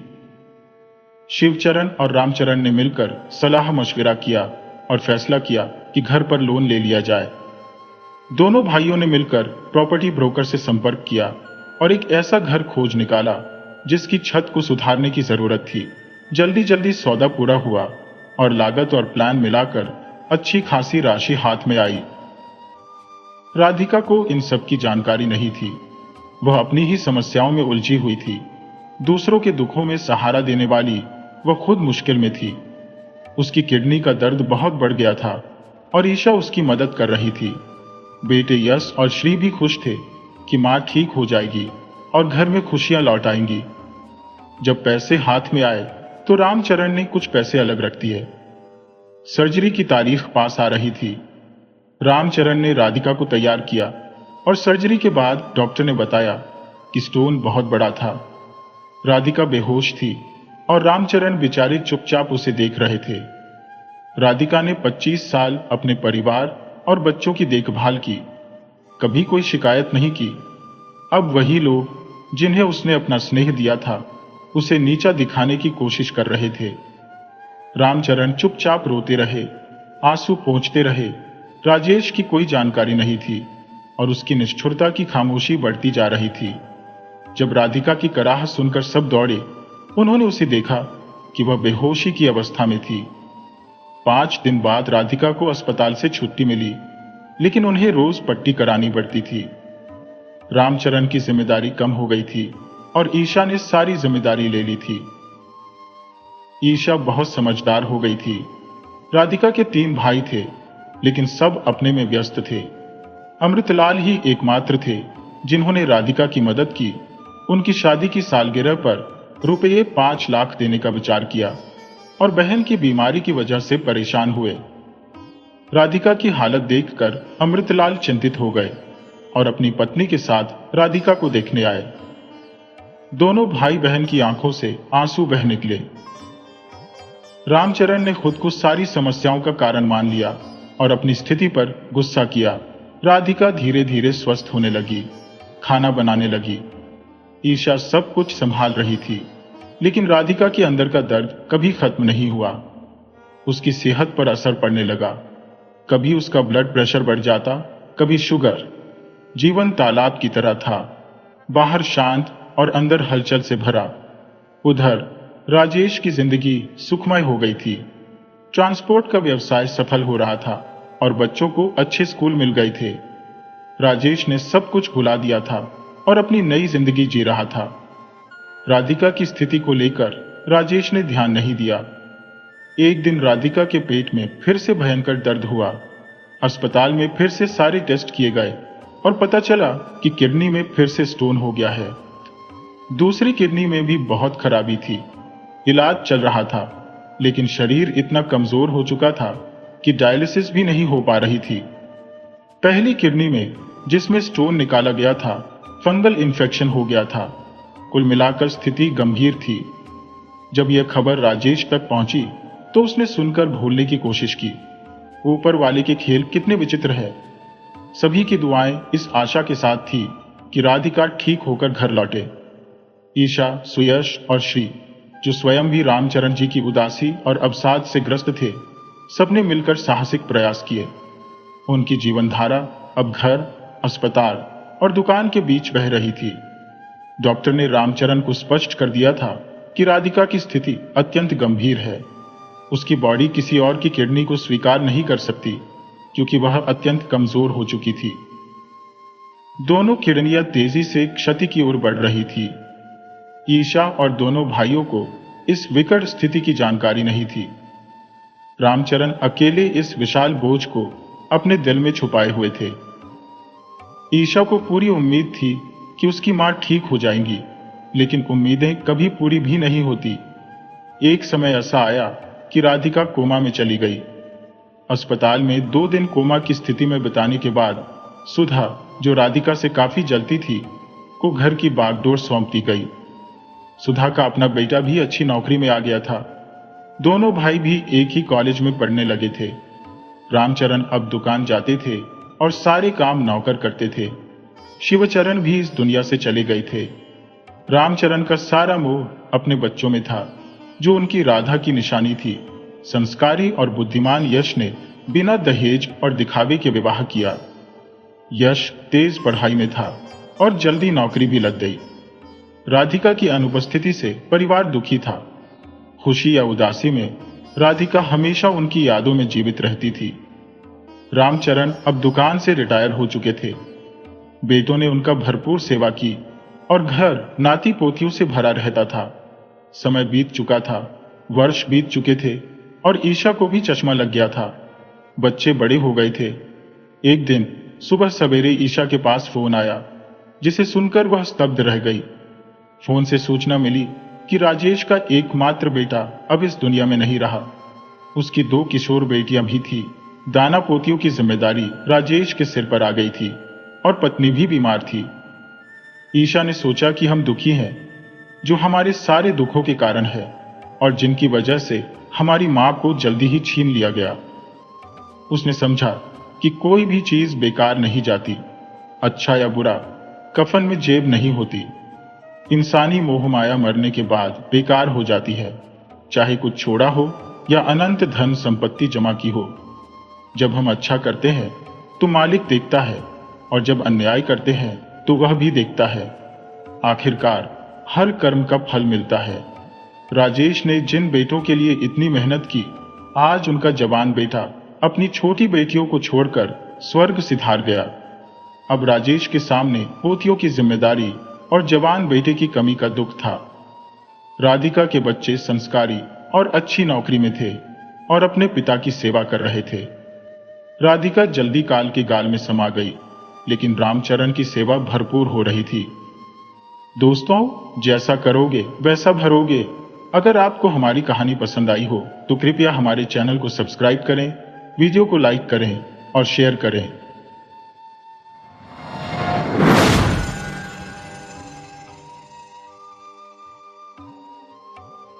बहुत समय पहले की बात है। एक राज्य था जहां राजा मानसिंह का शासन था। उनके राज्य की प्रजा समृद्ध और सभी सुविधाओं से संपन्न थी। वहां किसी को किसी भी प्रकार की तकलीफ नहीं थी। राजा एक कुशल शासक के साथ साथ वीर और दयालु भी था। वह सदैव जरूरतमंदों की सहायता करता और उन्हें आवश्यकता के अनुसार दान देता था। राजा मानसिंह की 7 रानियां थी, लेकिन केवल बड़ी रानी रानी कलावती से उन्हें एक पुत्र प्राप्त हुआ था। इसी कारण रानी कलावती को महारानी का दर्जा मिला और उनके पुत्र राजकुमार वीरेंद्र प्रताप को युवराज घोषित किया गया। राजकुमार वीरेंद्र अपने पिता की तरह ही बुद्धिमान था। उसकी बुद्धि की चमक उसके चेहरे पर दिखाई देती थी और वह तलवारबाजी में भी निपुण हो गया था। वह प्रतिदिन अपने पिता के साथ दरबार में कुछ समय बिताता और अपने तेज दिमाग से उन्हें कई मामलों में मदद करता था। राजकुमार की बुद्धिमानी से राजा बेहद प्रसन्न था। राजकुमार कभी कभी वेश बदलकर अपने राज्य की प्रजा के बीच घूमा करता, ताकि यह सुनिश्चित कर सके कि उसके राज्य के सैनिक या कर्मचारी किसी भी प्रकार से जनता को परेशान तो नहीं कर रहे हैं। एक दिन शिकार के दौरान राजकुमार अपने साथियों से बिछड़ गया और घने जंगल में भटक गया। दिन भर भटकने के बाद वह एक गांव में पहुंचा।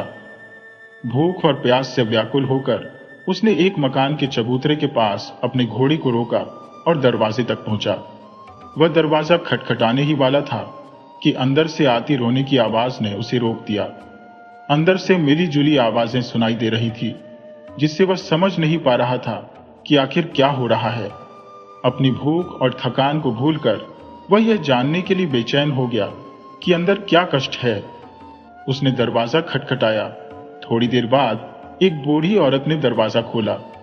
उसके हाथ में एक छोटा सा दीपक था। वह बोली, तुम कौन हो बेटा? राजकुमार ने उत्तर दिया, माता जी, मैं एक राहगीर हूं और आपके यहां थोड़ी देर आराम करना चाहता हूं। बूढ़ी औरत ने कहा, आओ बेटा, तुम्हें भूख लगी होगी, लेकिन आज हमारे घर का खाना तुम नहीं खा सकोगे। राजकुमार ने पूछा, ऐसा क्यों माता जी? तो बूढ़ी औरत ने कहा, बेटा, मेरा इकलौता बेटा आज मौत के मुंह में जा रहा है। जो भी खाना हमने बनाया है वह राक्षस के लिए है। राजकुमार ने कहा, माता जी, कृपया मुझे पूरी बात बताइए। बूढ़ी औरत ने कहा, पहले अंदर आओ और पानी पी लो। बूढ़ी माई से राजकुमार ने कहा, माता जी, आपके घर में इतने सारे पकवान बने हैं और आपका बेटा राक्षस के पास जा रहा है। ये सब मेरी समझ में नहीं आ रहा है। बूढ़ी माई ने उत्तर दिया, बेटा, तुम परदेसी हो, हमारे दुख की कथा जानकर क्या करोगे? फिर भी अगर तुम सच में जानना चाहते हो तो मैं तुम्हें सब कुछ बताती हूं। थोड़ी देर रुककर उसने कहना शुरू किया, हमारी नगरी के दक्षिण में एक वीरान पहाड़ी है जहां एक राक्षस रहता है। पहले वह रोज किसी न किसी इंसान या जानवर को उठाकर ले जाता था। नगरवासियों ने मिलकर तय किया कि रोजाना सुबह एक आदमी और कुछ पकवान उस राक्षस के लिए पहाड़ी पर भेज दिए जाएंगे। तब से हर घर में बारी बारी से कोई न कोई उस राक्षस की भेंट बनता है। राजकुमार ने कहा, तो आज तुम्हारे बेटे की बारी है। माँ जी, बूढ़ी माई ने रोते हुए कहा, हाँ बेटा, यही सच्चाई है। ये मेरा इकलौता बेटा है और कुछ ही समय पहले इसकी शादी हुई है। मुझे एक तरफ अपने बेटे की चिंता है और दूसरी तरफ इस बात का दुख है कि मेरी बहू इतनी छोटी उम्र में विधवा हो जाएगी। राजकुमार वीरेंद्र के दिल में राजवंश का खून दौड़ रहा था।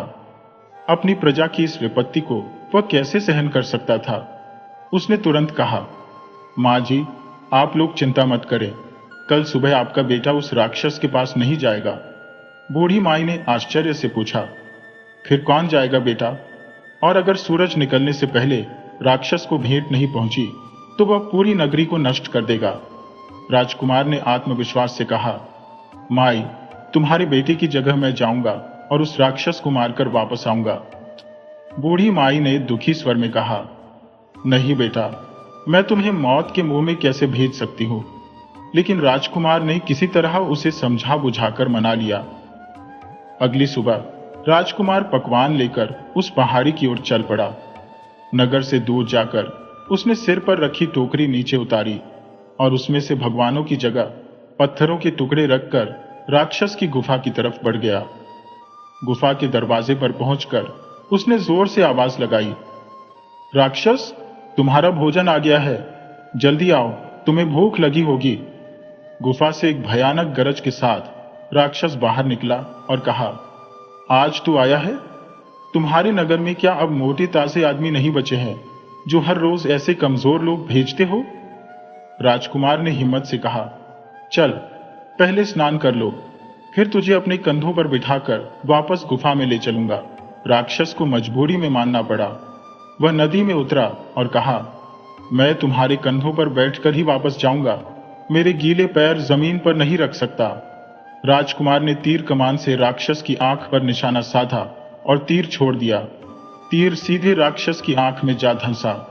दर्द और गुस्से से राक्षस चिल्लाया और गीले पैरों के साथ बाहर आ गया। जैसे ही उसने जमीन पर पैर रखा, उसकी सारी शक्ति खत्म हो गई। राजकुमार ने तुरंत तीरों की बौछार कर दी, जिससे राक्षस जमीन पर गिर पड़ा। फिर राजकुमार ने अपनी तलवार निकाली और राक्षस का सिर काट दिया। राक्षस का सिर लेकर वह नगर में वापस आया और नगर वासियों को बताया कि उसने राक्षस का अंत कर दिया है। पहले तो किसी को यकीन नहीं हुआ, लेकिन जब नगर के बड़े बूढ़ों ने राक्षस का सिर देखा, तब सबको विश्वास हो गया। तभी राजकुमार के सैनिक उसे ढूंढते हुए उसके पास पहुंच गए। जैसे ही नगरवासियों को पता चला कि वह राजकुमार है, लोग उसे देखने के लिए उमड़ पड़े। सबका आशीर्वाद लेकर राजकुमार राजधानी की ओर रवाना हुआ। राक्षस का सिर भी वह अपने साथ ले गया। राजधानी पहुंचते ही राजकुमार के साथियों ने राजा को उसकी बहादुरी की पूरी कथा सुनाई। यह सुनकर राजा खुशी से झूम उठे। उन्होंने अपने पुत्र का तिलक किया, उसे गले से लगा लिया और कहा, बेटा, अब अपनी दूसरी माताओं से भी आशीर्वाद लो। महारानी कलावती ने भी राजकुमार को आशीर्वाद देने का आग्रह किया। राजकुमार अपनी मां की आज्ञा मानकर दूसरी रानियों के निवास में पहुंचा। कुछ रानियों ने दिल से आशीर्वाद दिया तो कुछ ने ऊपरी तौर पर ही आशीर्वाद दे दिया। लेकिन सबसे छोटी रानी, जो राजकुमार से ईर्ष्या करती थी, व्यंग्य से बोली, युवराज, एक छोटे से राक्षस को मारने से कुछ नहीं होता। मैं तो तुम्हारी बहादुरी तब मानूंगी जब तुम राजकुमारी फूलवती की डोली लेकर इस दरवाजे पर आओगे। राजकुमार ने गंभीर स्वर में कहा, मां, ये राजकुमारी फूलवती कौन है? मैं अवश्य उसकी डोली लेकर आऊंगा। छोटी रानी हंसते हुए बोली, अरे राजकुमार, बड़े बड़े योद्धा वहां जाकर मौत के शिकार हो चुके हैं। राजकुमारी फूलवती की प्रतिज्ञा है कि जो भी उसकी सूरत देखेगा उसे जल्लादों के हवाले कर दिया जाएगा। राजकुमार ने जिज्ञासा से पूछा, उसका राज्य कहाँ है? रानी ने उत्तर दिया, यहां से पूर्व दिशा में एक बड़ा राज्य है जहां रूपनगर नामक राजधानी है। राजकुमार के मन में छोटी रानी की बात सुनकर यह दृढ़ संकल्प हो गया कि वह राजकुमारी फूलवती के राज्य में जाएगा और उसकी डोली साथ लाएगा। उसके अंदर एक सच्चे राजा का खून दौड़ रहा था। व्यंग्य की वह चुभन राजकुमार के दिल पर तीर की तरह लगी थी। अगले दिन वह बिना किसी को बताए चुपचाप अपनी यात्रा पर निकल पड़ा। उसे मालूम था कि अगर वह राजा या महारानी से अनुमति मांगेगा तो वे उसे जाने नहीं देंगे। रात में सपने में भी उसे राजकुमारी फूलवती ही दिखाई देती रही। सुबह होते ही वह जल्दी उठ गया और अपनी मां के कक्ष की ओर एक नजर डालकर महल से बाहर निकल गया। महल के द्वार पर पहरेदारों ने उसे नहीं रोका, क्योंकि वे जानते थे कि राजकुमार अक्सर बिना बताए महल से बाहर जाता था। राजकुमार पैदल ही आगे बढ़ता गया। 3 दिन तक उसने पेड़ों पर सोकर रात बिताई और दिन में चलता रहा। एक दिन उसे 2 साधु आपस में झगड़ते हुए मिले। एक साधु कह रहा था, मेरी 2 है, तुम्हारी 1। दूसरा जवाब दे रहा था, मेरी 1 है, तुम्हारी 2।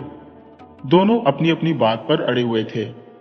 राजकुमार ने थोड़ी देर उनकी बातें सुनी, लेकिन कुछ समझ नहीं पाया। आखिरकार उसने उनसे पूछा, तुम लोग किस बात पर झगड़ रहे हो? साधु बोले, तुम कौन हो? राजकुमार ने उत्तर दिया, मैं राजकुमार हूं। साधु ने कहा, अच्छा राजकुमार जी, अब आप ही हमारा फैसला कीजिए। राजकुमार ने कहा, पहले बताओ तो सही, मामला क्या है? साधु ने जवाब दिया, हमारे पास 3 अद्भुत वस्तुएं हैं जिन्हें हमने एक साथ पाया है। अब हम उनका बंटवारा करना चाहते हैं। राजकुमार ने पूछा, कौन कौन सी वस्तुएं? एक साधु ने अपनी झोली से निकालकर दिखाया। पहली यह जादुई खड़ाऊ है। इस पर सवार होकर अगर हम कहें, खड़ाऊ मुझे वहां पहुंचा दे, तो यह हमें उसी जगह पहुंचा देती है। राजकुमार ने कहा, अच्छा, और दूसरी चीज? साधु ने कहा, यह जादुई थैली है। इसमें अगर हम कहें, थैली मुझे इतना धन चाहिए, तो हमें तुरंत उतना धन मिल जाता है। राजकुमार ने कहा, बहुत बढ़िया।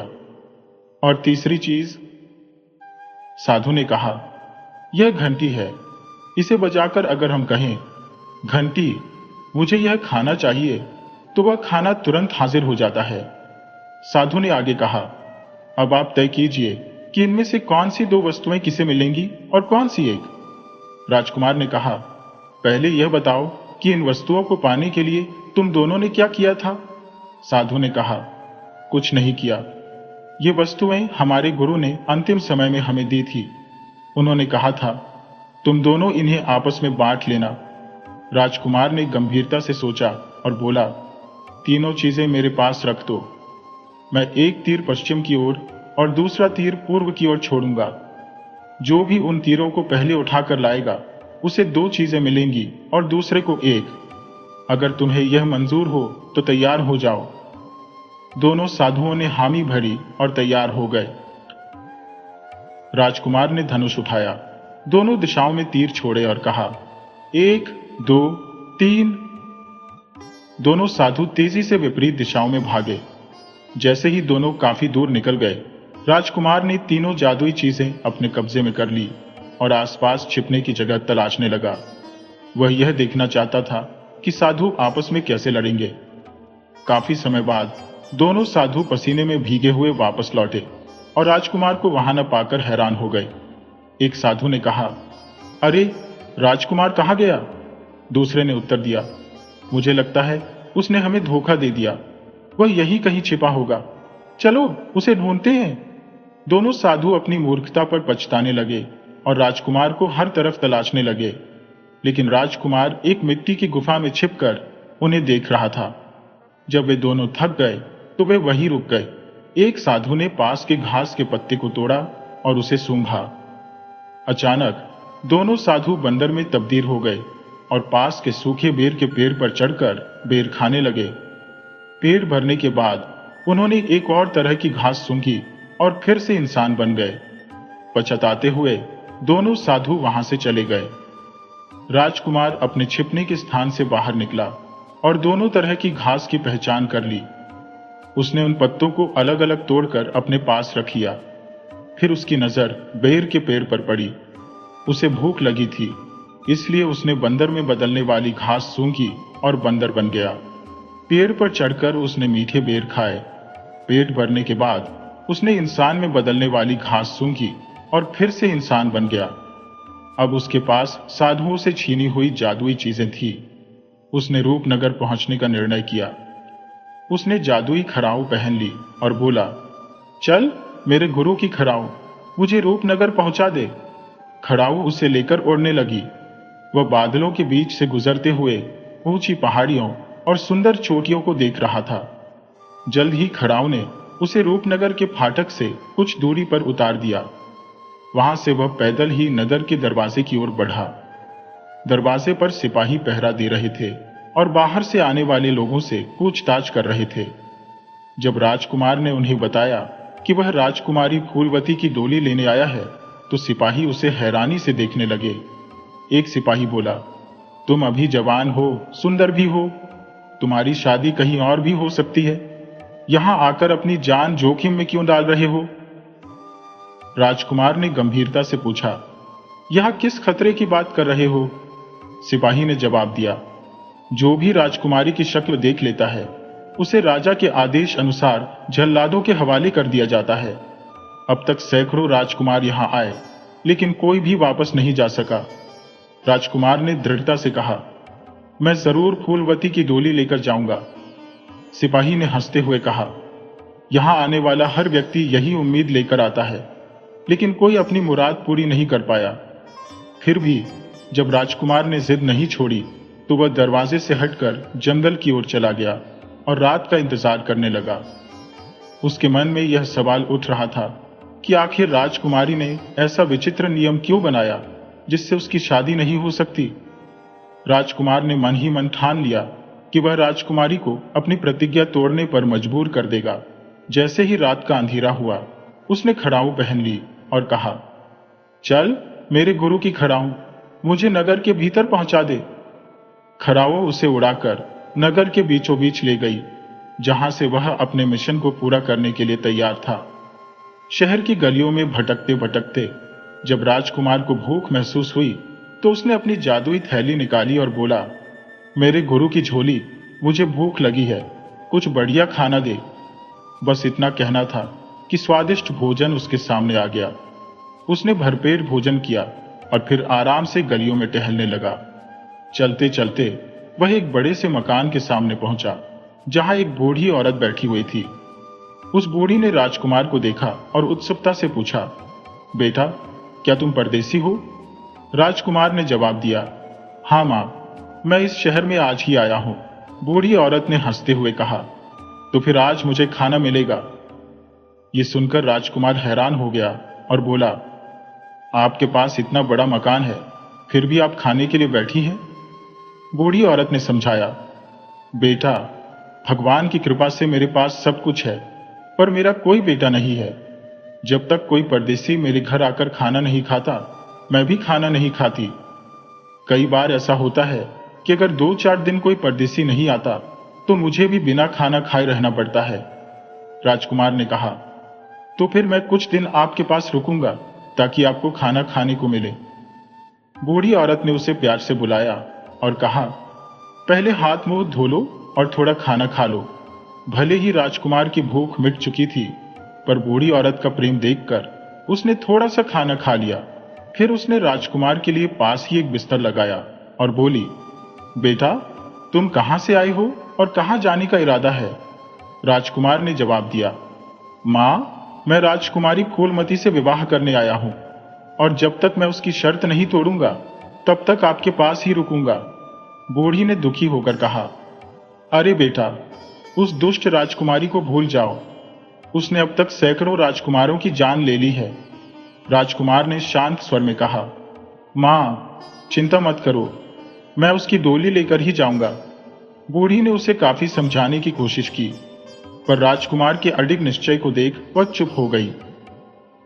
रात के अंधेरे में जब बूढ़ी गहरी नींद में सो गई, राजकुमार धीरे से उठा। मकान के आंगन में जाकर उसने अपनी जादुई खड़ाऊ पहनी और बोला, चल मेरे गुरु की खड़ाऊ, मुझे राजकुमारी फूलमती के सोने के कमरे में पहुंचा दे। खड़ाऊ ने उसे उड़ाते हुए राजमहल के ऊपर पहुंचा दिया, जहां राजकुमारी का कक्ष भी था। महल के चारों ओर तलवारें लिए पहरेदार घूम रहे थे, पर राजकुमार आसमान से सीधे नीचे उतर रहा था, इसलिए किसी की नजर उस पर नहीं पड़ी। राजकुमारी के कमरे की खिड़की खुली हुई थी। अंदर पलंग पर राजकुमारी गहरी नींद में सो रही थी। उसकी सुंदरता देखकर राजकुमार मंत्रमुग्ध हो गया। वह बहुत देर तक बस उसे देखता रहा, जैसे कोई जादू की छड़ी उसे बांधे रखे हो। राजकुमार ने धीरे से राजकुमारी का सुनहरा रूमाल उठाया और अपनी जेब में रख लिया। उसकी जगह अपना रूमाल रख दिया। रूमाल के अंदर एक चिट्ठी भी रखी, जिसमें लिखा था, मेरी प्यारी राजकुमारी, मैंने तुम्हारे दर्शन कर लिए हैं। अपनी प्रतिज्ञा के अनुसार तुम मुझे जल्लादों के हवाले कर सकती हो, पर तुम मुझे खोज नहीं पाओगी। मैं कल फिर आऊंगा, तुम्हारे लिए गहने और सुहाग का सामान लेकर। तुम्हारा अपना राजकुमार। इसके बाद राजकुमार अपनी खड़ाऊ पहनकर वापस बूढ़ी के मकान में लौट आया और सो गया। सुबह जब राजकुमारी उठी तो उसने देखा कि उसके रूमाल की जगह किसी और का रूमाल पड़ा हुआ है। यह देखकर वह दंग रह गई।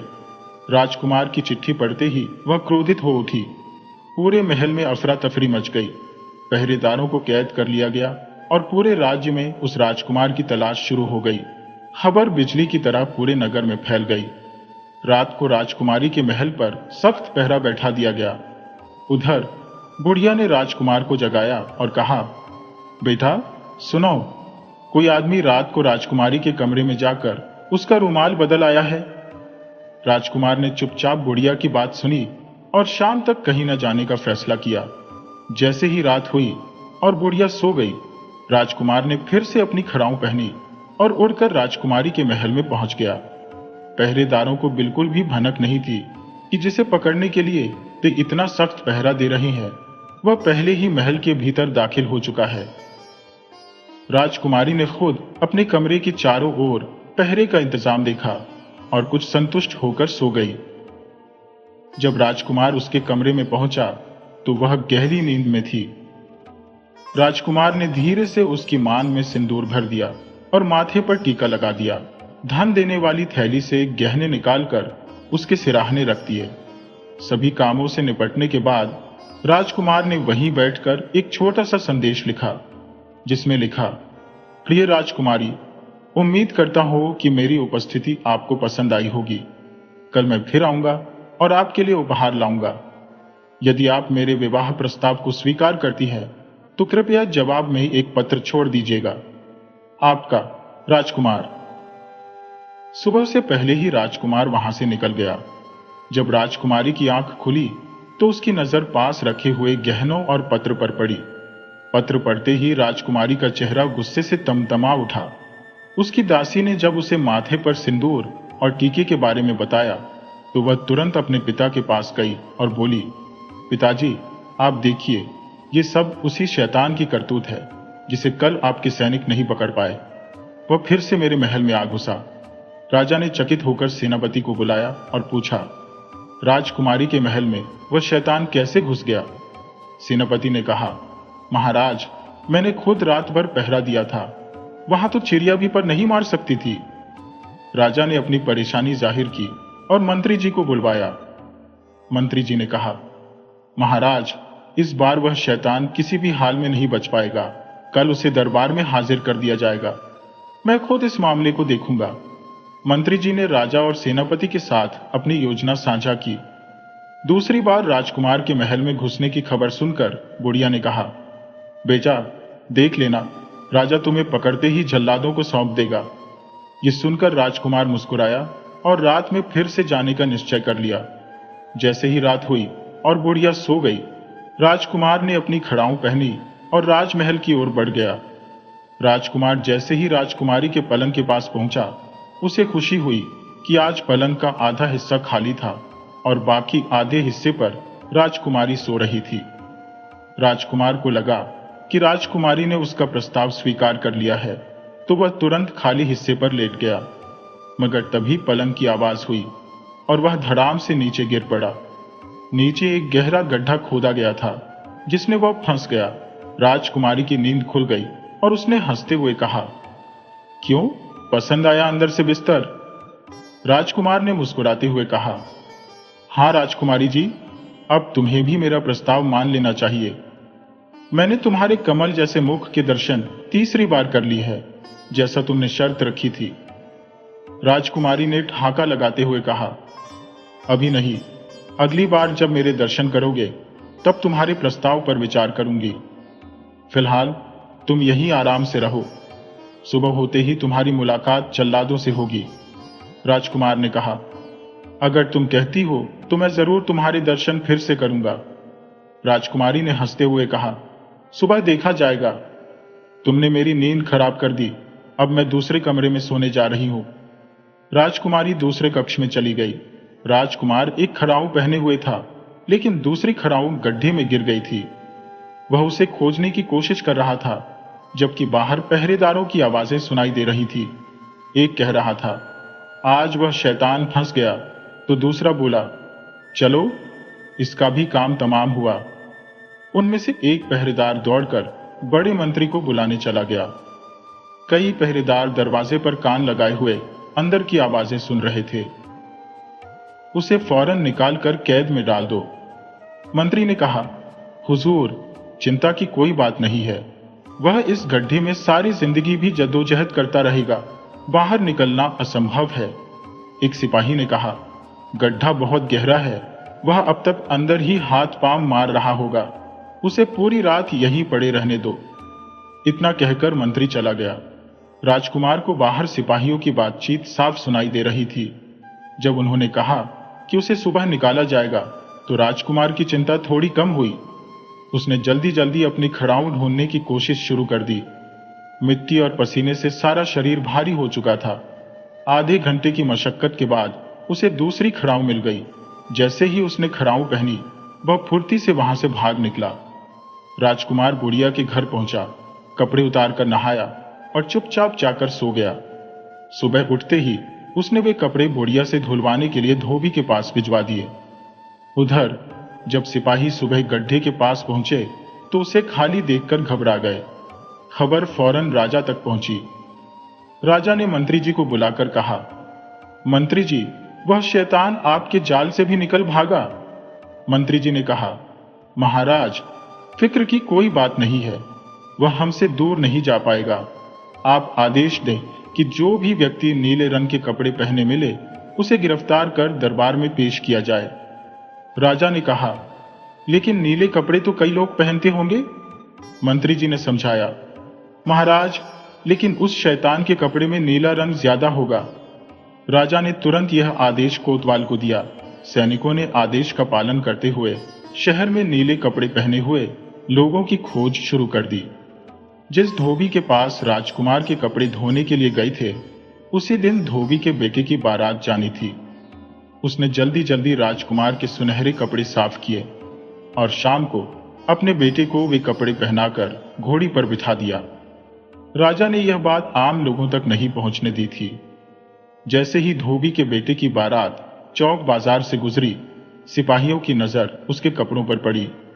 उन्होंने धोबी के बेटे को पकड़कर कोतवाली ले जाकर बंद कर दिया।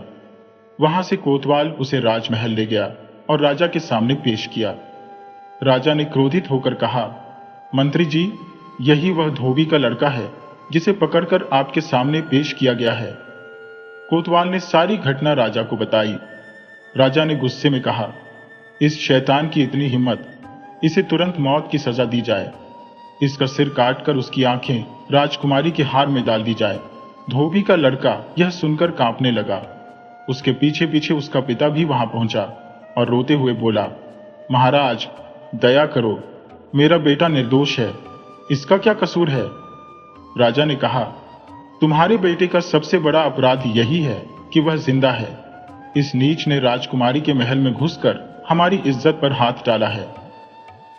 धोबी ने कहा, महाराज, ऐसा नहीं हो सकता, हम गरीब लोग हैं, हमारी इतनी हिम्मत नहीं हो सकती। तभी मंत्री जी वहां पहुंचे और नीले कपड़े पहने हुए व्यक्ति को पकड़े जाने की खबर सुनते ही धोबी के लड़के को देखकर बोले, यह लड़का 3 बार राजकुमारी के महल में घुस गया और फिर बाहर भी आ गया। क्या यह सच है? मंत्री जी ने कहा, यह शैतान जरूर कोई चालाकी कर रहा है। उन्होंने धोबी के बेटे से पूछा, तुम्हारा नाम क्या है? लड़के ने कांपते हुए कहा, मेरा नाम मंगू है। तभी उसके पिता ने कहा, हुजूर, मेरा बेटा बेकसूर है। आज इसकी शादी थी और ये कपड़े मैंने खुद नहीं सिलवाए। धोबी ने कहा, हुजूर, मैं भी यही सोच रहा था कि ये कपड़े किसी राजकुमार के होने चाहिए।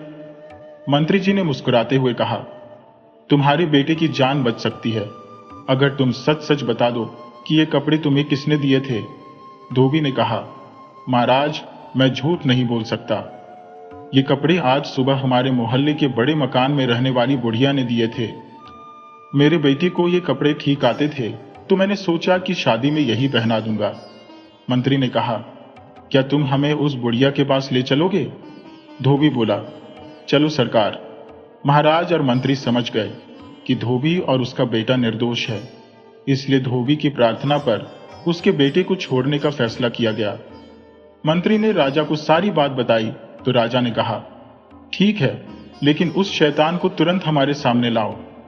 मंत्री जी अपने सिपाहियों को साथ लेकर धोबी के साथ बुढ़िया के मकान की ओर चल दिए। जब मकान दूर से दिखा तो मंत्री जी ने सिपाहियों को वहीं रुकने का आदेश दिया और खुद अकेले उस मकान की तरफ बढ़े। मकान पर पहुंचने पर बुढ़िया उन्हें वहीं मिल गई।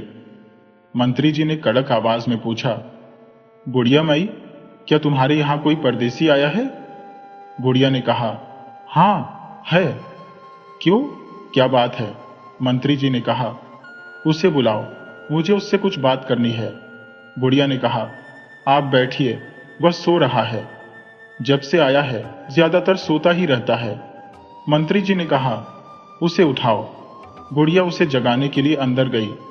जैसे ही राजकुमार बाहर निकला, सिपाहियों ने उसे पकड़ लिया।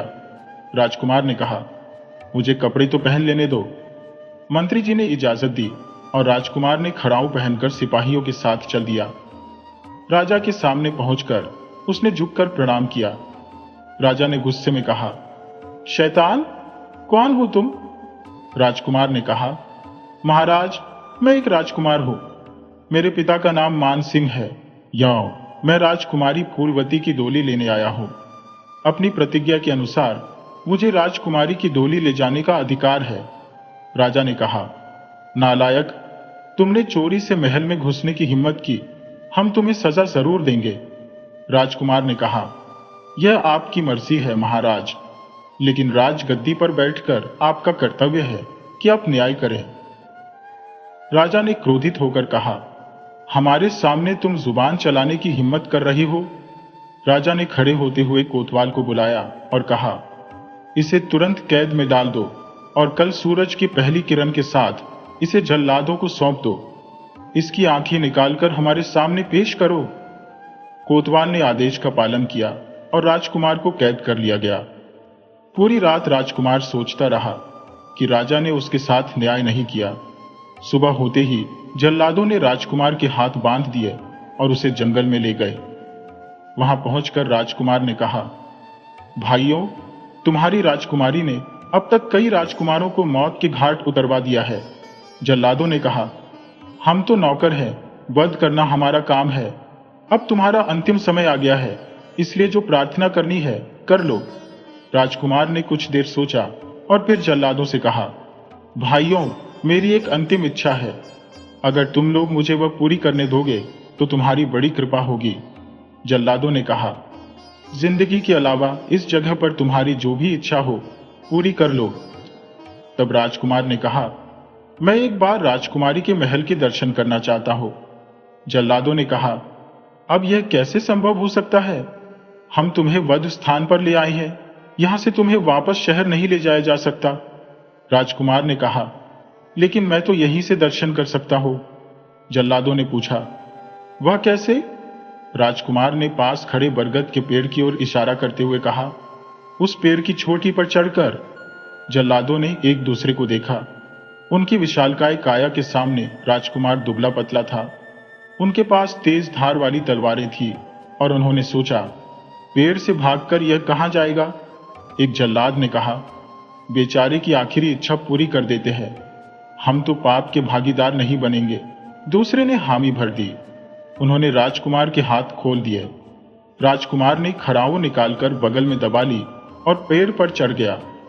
जब वह घने पत्तों तक पहुंचा तो एक मोह की शाखा पर खड़ा होकर खड़ाऊ पहन ली और बोला, चल मेरे गुरु की खड़ाऊ, मुझे बुढ़िया मां के मकान पर ले चल। खड़ाऊ उसे लेकर उड़ गई। नीचे जल्लादों ने देखा कि राजकुमार वापस नहीं उतर रहा है। उन्होंने ऊपर देखा, लेकिन राजकुमार कहीं नजर नहीं आया। दोनों जल्लाद आपस में कहने लगे, अरे, राजकुमार तो पेड़ पर भी नहीं है, नीचे तो हम बैठे हैं। अब वह आसमान में तो नहीं गया होगा। दोनों ने काफी देर तक पेड़ की डाली डाली को खोज डाला, लेकिन राजकुमार कहीं नहीं मिला। अब वे सोचने लगे, अब क्या होगा? जल्लाद ने अपने साथी से चिंतित होकर कहा, अब क्या होगा? दूसरे साथी ने जवाब दिया, अगर राजकुमार की जगह हमारी गर्दन काटी गई तो हमारा क्या दोष है? दोनों कुछ देर खामोश रहे, फिर बोले, एक उपाय हो सकता है। अगर हम किसी हिरन को मारकर उसकी आंखें निकाल लें और राजा को दे दें तो कोई शक नहीं करेगा। दूसरे जल्लाद ने कहा, अगर ये राज्य खुल गया तो क्या होगा? पहले जल्लाद ने जवाब दिया, हम दोनों के अलावा और कौन जानता है। दोनों ने सहमति जताई और काफी कोशिशों के बाद एक हिरण का शिकार किया। उसकी आंखें निकालकर राजा के सामने पेश कर दी। राजा ने उन आंखों को राजकुमारी के हार में पिरो दिया। उधर राजकुमार बरगद के पेड़ से सीधे बुढ़िया माई के घर पहुंचा। बुढ़िया माई ने उसे देखकर राहत की सांस ली और बोली, अरे बेटा, तू आ गया। मैं तो रात भर सो नहीं पाई। मुझे लगा था कि राजा ने तुझे मरवा दिया होगा। राजकुमार ने कहा, नहीं माँ जी, मुझे तो धोखे से पकड़ लिया गया था, पर अब मैं ठीक हूं। बुढ़िया माई ने सलाह दी, अब तुम अपने देश लौट जाओ बेटा। लेकिन राजकुमार ने कहा, नहीं माँ जी, मैं कुछ दिन और आपके पास रहूंगा। वह शाम तक आराम से सोता रहा और रात को खाना खाकर सोने के बाद राजकुमारी का घमंड तोड़ने की योजना बनाने लगा। आधी रात बीत जाने के बाद जब बुढ़िया माई गहरी नींद में सो गई तो राजकुमार ने धीरे से उठकर उसके पैर छुए और मन में कहा, माँ जी, अब शायद मैं आपके पास वापस नहीं आ पाऊंगा, लेकिन मैं आपको कभी नहीं भूलूंगा। इसके बाद उसने अपनी थैलियां कंधे पर लटकाई, खड़ाऊ पहनी और बोला, चल मेरे गुरु की खड़ाऊ, मुझे राजकुमारी फूलमती के पास ले चल। खड़ाऊ उसे उड़ाकर राजकुमारी के महल के पास ले गई। वहां उसने देखा कि महल के सामने केवल एक ही सिपाही पहरा दे रहा है। राजकुमार चुपके से राजकुमारी के पलंग के पास पहुंचा। राजकुमारी गहरी नींद में सो रही थी। राजकुमार ने एक पैर पलंग के एक सिरे पर रखा और दूसरा पैर दूसरे सिरे पर। फिर बोला, चल मेरे गुरु की खड़ाऊ, मुझे राजकुमारी के पलंग सहित किसी दूरस्थ टापू पर ले चल। खड़ाऊ पलंग को लेकर उड़ चली और समुद्र के बीच एक टापू पर उतर गई। राजकुमार ने राजकुमारी को जगाया। राजकुमारी हड़बड़ा कर उठी और चारों ओर पानी ही पानी देखकर चौंक गई। उसने राजकुमार से पूछा, तुम कौन हो और मैं यहां कैसे पहुंची? राजकुमार ने जवाब दिया, मैं वही राजकुमार हूं जिसे तुमने ठुकराया था और तुम्हारे पिता ने मेरे साथ न्याय नहीं किया। अब मैं तुम्हें यहां लेकर आया हूं। राजकुमारी ने पूछा, तुम मुझे यहां कैसे लाए? राजकुमार ने कहा, सब बताऊंगा, लेकिन पहले तुम्हें मुझसे शादी करनी होगी। राजकुमारी ने कोमल स्वर में कहा, हां, मैं तैयार हूं। राजकुमार मन ही मन खुश हो गया। जिस राजकुमारी के लिए उसने प्रतिज्ञा की थी, जिसके लिए सैकड़ों राजकुमार अपनी जान गंवा चुके थे, भी अब उससे शादी करने को तैयार थी। राजकुमार को सोचते देख राजकुमारी मुस्कुराई और बोली, मेरे प्यारे राजकुमार, देखो यहाँ का मौसम कितना सुहाना है, कितना सुंदर स्थान है। अब तुम पलंग पर आराम करो। राजकुमार ने कहा, पहले मैं तुम्हें यह बता दूं कि मैंने तुम्हें यहां कैसे लाया। राजकुमारी ने हंसते हुए कहा, ओह, मैं तो ये भूल ही गई थी।